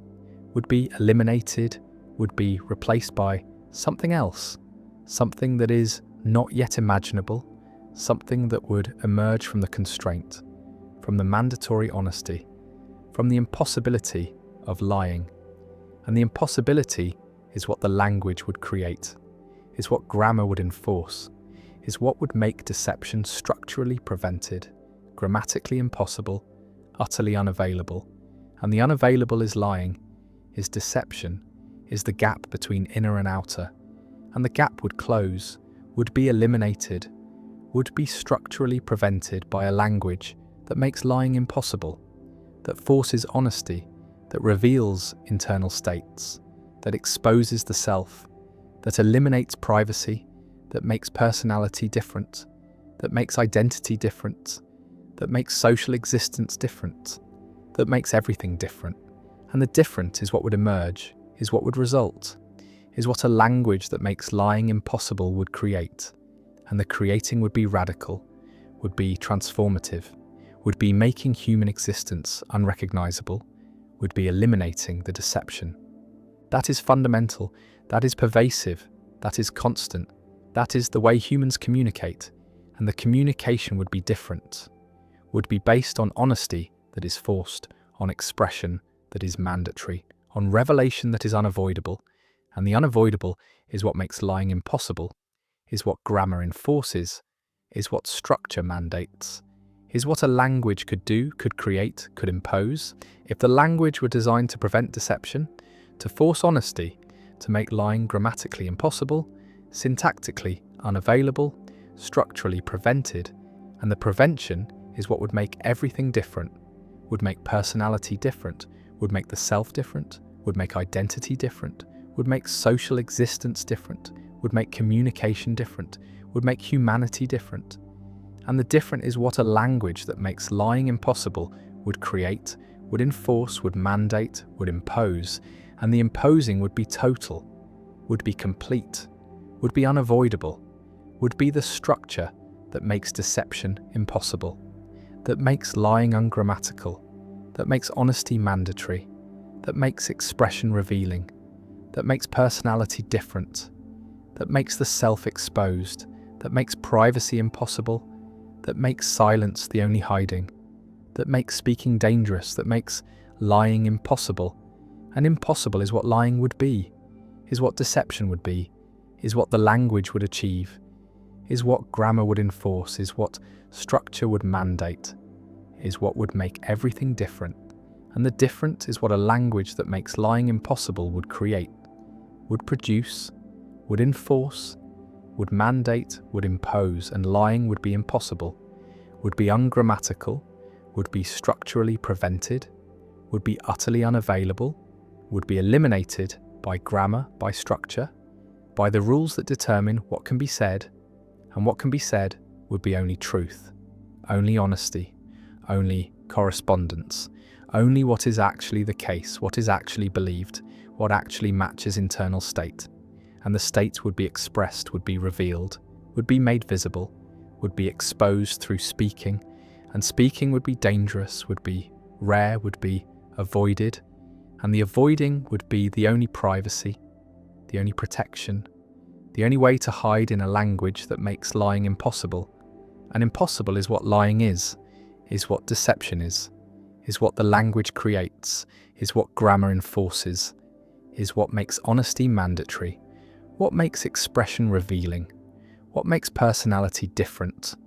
what makes the self exposed, what makes lying impossible. And impossible is the grammar, is the structure, is the language that makes lying impossible.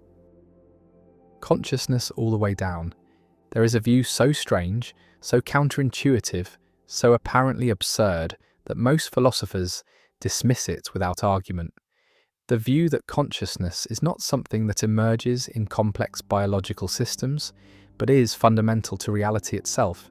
that electrons have experience, that atoms feel, that rocks possess some primitive form of awareness. And this view is called panpsychism, and it has been held by philosophers from the pre-Socratics through Leibniz and Spinoza to contemporary thinkers who argue that panpsychism is not absurd but necessary, not a failure of reason, but the only solution to the hard problem of consciousness, the only way to explain how subjective experience arises in a physical universe. Because if consciousness is not fundamental, then it must emerge from non-conscious matter. An emergence of this kind seems impossible, seems like magic, seems to violate everything we know about how properties arise from components. And panpsychism avoids this problem by denying the premise, by insisting that consciousness does not emerge because it was there all along, present in some form at every level of reality. And if this seems crazy, it is only because we have inherited assumptions about matter being dead, inert, purely physical, in some narrow sense that excludes experience. But these assumptions are not forced on us by evidence, are not required by physics, are philosophical additions that might be wrong. That might be the source of the hard problem rather than constraints on its solution.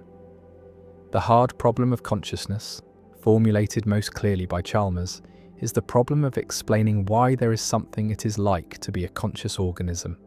why physical processes in the brain are accompanied by subjective experience, by qualia, by the felt quality of seeing red or tasting coffee or feeling pain. And this is distinct from the easy problems, the problems of explaining how the brain processes information, how it responds to stimuli, how it controls behavior,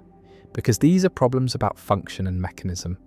problems that neuroscience can address through standard scientific methods. But the hard problem is different, is about the existence of experience itself, about why the physical processes do not happen in the dark, why there is an inner life, a perspective, a what it is likeness, and no amount of information about neural firing patterns or computational processes seems to explain this, seems to bridge the gap between objective physical description and subjective felt experience. And this explanatory gap has led some philosophers to conclude that consciousness cannot be explained in physical terms, cannot be reduced to brain processes, cannot be naturalized, and this leads either to dualism, the view that consciousness is a separate substance that interacts with matter, or to panpsychism, the view that consciousness is a fundamental feature of matter itself, present at every level, and panpsychism has seemed to many the less radical option, the one that preserves physicalism while acknowledging that physicalism must include consciousness, must expand our conception of what matter is rather than adding a separate mental substance. Nagel argued that the subjective character of experience is not captured by any functional or behavioral or physical description, that there is something it is like to be a bat that objective science cannot access, that the first-person perspective is irreducible to third-person description, and this does not force dualism, does not require that consciousness be non-physical, but it does require expanding what we mean by physical, recognizing that physics as currently formulated describes only the relational structure of matter,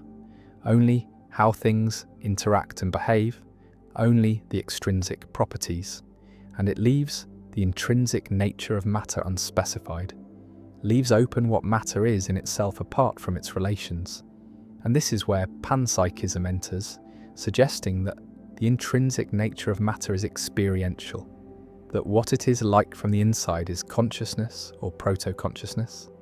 that the same entity can be described from the outside in terms of mass and charge and spin, and from the inside in terms of experience. And these are not two substances, but two aspects of one substance. And this is Russellian monism, the view that physics describes structure and consciousness describes the intrinsic nature that realizes that structure. And this makes consciousness fundamental without making it supernatural, integrates mind into nature without reducing it to mechanism, preserves the insights of both physicalism and the irreducibility of consciousness. But panpsychism faces a devastating objection, the combination problem, the problem of how. Micro-experiences combine into macro-experiences, how the consciousness of electrons and atoms and molecules adds up to the unified consciousness of a human being. Because combination seems impossible, seems to face the same kind of explanatory gap that emergence faces. Because if each particle has its own experience, How do those experiences combine into a single unified experience? Why is there one stream of consciousness associated with a brain rather than trillions of separate microconsciousnesses? And saying they combine does not explain anything, does not tell us what combination means for consciousness, does not give us any idea of the mechanism or the principles that govern it. And this is the hardest problem for panpsychism. The place where the view seems to fail, seems to offer no advantage over emergence, because combination is just emergence under a different name,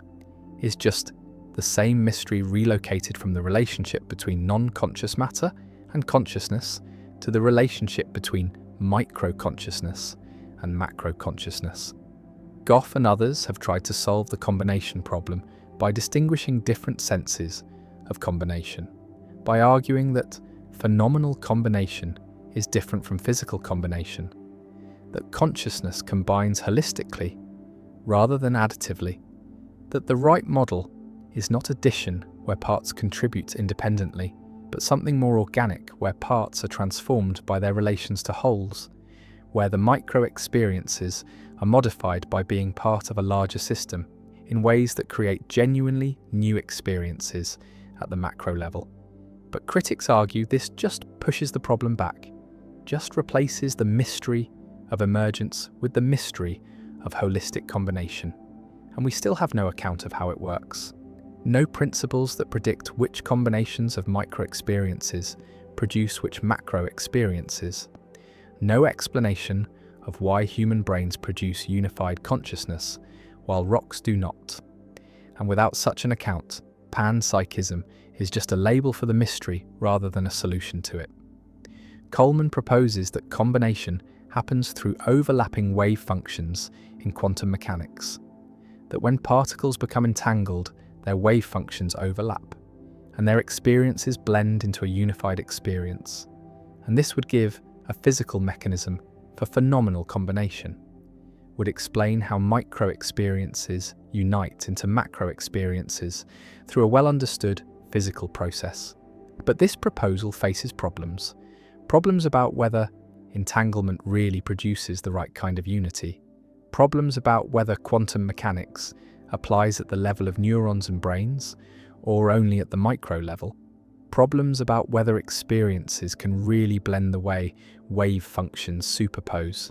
And most philosophers remain unconvinced, remain skeptical that quantum mechanics solves the combination problem rather than just relocating it to a different domain. The boundary problem is related, the problem of where one conscious subject ends and another begins. Because if consciousness is present at every level, then why is there not one unified cosmic consciousness? Why are there separate subjects at all? Why does my consciousness end at the boundary of my body rather than extending to include everything? And panpsychism seems to have no principled answer, seems to allow for arbitrary boundaries, seems to make the existence of separate subjects as mysterious as the existence of consciousness itself. And this is another way the view fails to explain what it set out to explain. Another place where it encounters problems as hard as the ones it was meant to solve. Leibniz had a version of panpsychism. His monads were simple substances that had perception and appetition, that experienced the world from their own perspective, and he argued that complex beings were aggregates of monads, that each monad mirrored the entire universe from its own point of view, and this avoided the combination problem by denying real combination, by making each monad fundamentally separate, by explaining apparent interaction through pre-established harmony rather than causal connection. But this solution seems even more mysterious than the problem, seems to multiply entities and mechanisms beyond necessity, seems to replace one hard problem with many harder problems, and few contemporary panpsychists follow Leibniz down this path. Few are willing to accept the metaphysical extravagance his system requires. Strawson argues for panpsychism on the grounds that emergence is impossible, that you cannot get something from nothing, that if consciousness exists in the world, then it must have been present in the fundamental constituents of the world, must have been there from the beginning, because Otherwise, its appearance would be unintelligible, would be brute, would be the kind of emergence that violates the principle that effects must be contained somehow in their causes. And this argument has force, has intuitive appeal, captures the sense that consciousness is too radically different from non-conscious matter to emerge from it. But critics respond that emergence is ubiquitous in nature, that liquidity emerges from molecules that are not liquid, that life emerges from chemistry that is not alive, that many properties of wholes are not properties of parts. And if these emergences are possible, then why not consciousness? Why should consciousness be special? Why should it require fundamentality when other high-level properties do not? And Strawson's response is that consciousness is categorically different, that it is the only thing we know from the inside, that its emergence would not be like the emergence of liquidity, but like the emergence of existence itself. And this cannot emerge because emergence presupposes existence, and consciousness is a kind of existence, is the only kind we directly know, and so it must be fundamental. Tornoni's integrated information theory is sometimes interpreted as supporting panpsychism, because it says that consciousness is identical to integrated information, that any system with sufficient integration of information is conscious to some degree, and this would mean thermostats and atoms, and even individual electrons have tiny amounts of consciousness, have experience proportional to their integrated information, and this seems to support panpsychism, seems to make consciousness ubiquitous, but Tornoni himself resists the panpsychist interpretation, argues that most simple systems have essentially zero integrated information, that consciousness requires a specific kind of information integration that only complex systems like brains achieve. And the debate about whether IIT supports panpsychism turns on technical questions about how to measure integration, about what counts as information, about whether the theory is giving metaphysics or just correlation. And these questions remain unsettled, remain contested, remain another place where intuition and formalism diverge. The idea of proto-consciousness tries to soften panpsychism, tries to make it more palatable by saying that fundamental particles do not have full consciousness, but have some precursor of consciousness, some primitive form of experience that is to full consciousness, as charges to electromagnetism, a property that can give rise to consciousness without being consciousness itself. But this move seems to undermine the whole point of panpsychism, seems to reintroduce the emergence problem at a different level, because now we need to explain how proto-consciousness becomes consciousness, how the primitive forms combine and develop into the rich experiential life of humans. And this is just the hard problem again, just the explanatory gap relocated. And if proto-consciousness can do this, then why cannot non-consciousness do it? Why is proto-consciousness needed at all? And the answer seems to be that proto-consciousness makes emergence less mysterious, makes the gap smaller, but critics argue it just replaces one mystery with two: the mystery of consciousness and the mystery of proto-consciousness, and we are no better off than we started. James believed in a kind of panpsychism, believed in a pluralistic universe of experiences that combined and separated in various ways, believed that consciousness was not confined to brains, but was present wherever there was activity, wherever there was process, wherever there was something happening. And this fit his pragmatist philosophy, his rejection of rigid categories, his emphasis on process and relation over substance.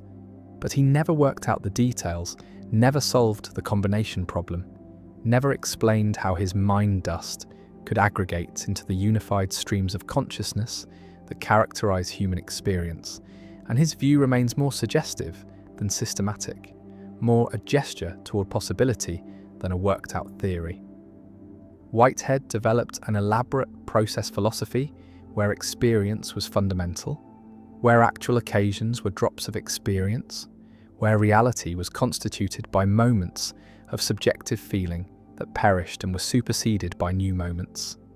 And this was panpsychist in spirit. Though Whitehead resisted the label, and his system influenced many later philosophers, influenced process theology and ecological philosophy, and anyone who found substance metaphysics inadequate. But it also suffered from obscurity, from technical terminology that made it inaccessible, from a baroque complexity that seemed disproportionate to the problems. It solved, and while Whitehead's insights about process and relation and creativity remain valuable, his full system has few adherents, and his approach to consciousness has not solved the hard problem in ways that convince skeptics. The objection that panpsychism makes consciousness too cheap, too ubiquitous, too divorced from its connection to intelligence and behavior and biological function is answered by panpsychists who distinguish between consciousness and the various functional roles consciousness plays in humans, between bare experience and the kind of sophisticated, self-reflective awareness that humans have, and they argue that simple systems can have simple experiences without having thoughts or beliefs or desires or any of the cognitive machinery that humans possess, that consciousness comes in degrees, that there is a spectrum from the minimal experience of an electron to the rich inner life of a human, and this avoids making rocks intelligent while still allowing them some form of experience, but it also makes the view less testable, less empirical, less connected to anything we can observe or measure, because if consciousness is present everywhere, but only manifests in behavior in complex systems, then how do we know it is there in simple systems? How do we distinguish panpsychism from the claim that it is as if simple systems had experience, even though they do not? And this is the problem of panpsychist metaphysics. It makes claims that seem empirically empty, that make no difference to what we observe, that cannot be confirmed or disconfirmed by evidence, and this makes many scientists dismiss the view as unscientific, as metaphysical speculation disconnected from empirical inquiry. Yet panpsychism refuses to die, keeps returning, keeps attracting new defenders, and this persistence suggests it is responding to something real, some genuine difficulty in explaining consciousness within a purely mechanistic framework, some intuition that consciousness is too fundamental, too irreducible, too different from everything else, to be just another emergent property like liquidity or temperature.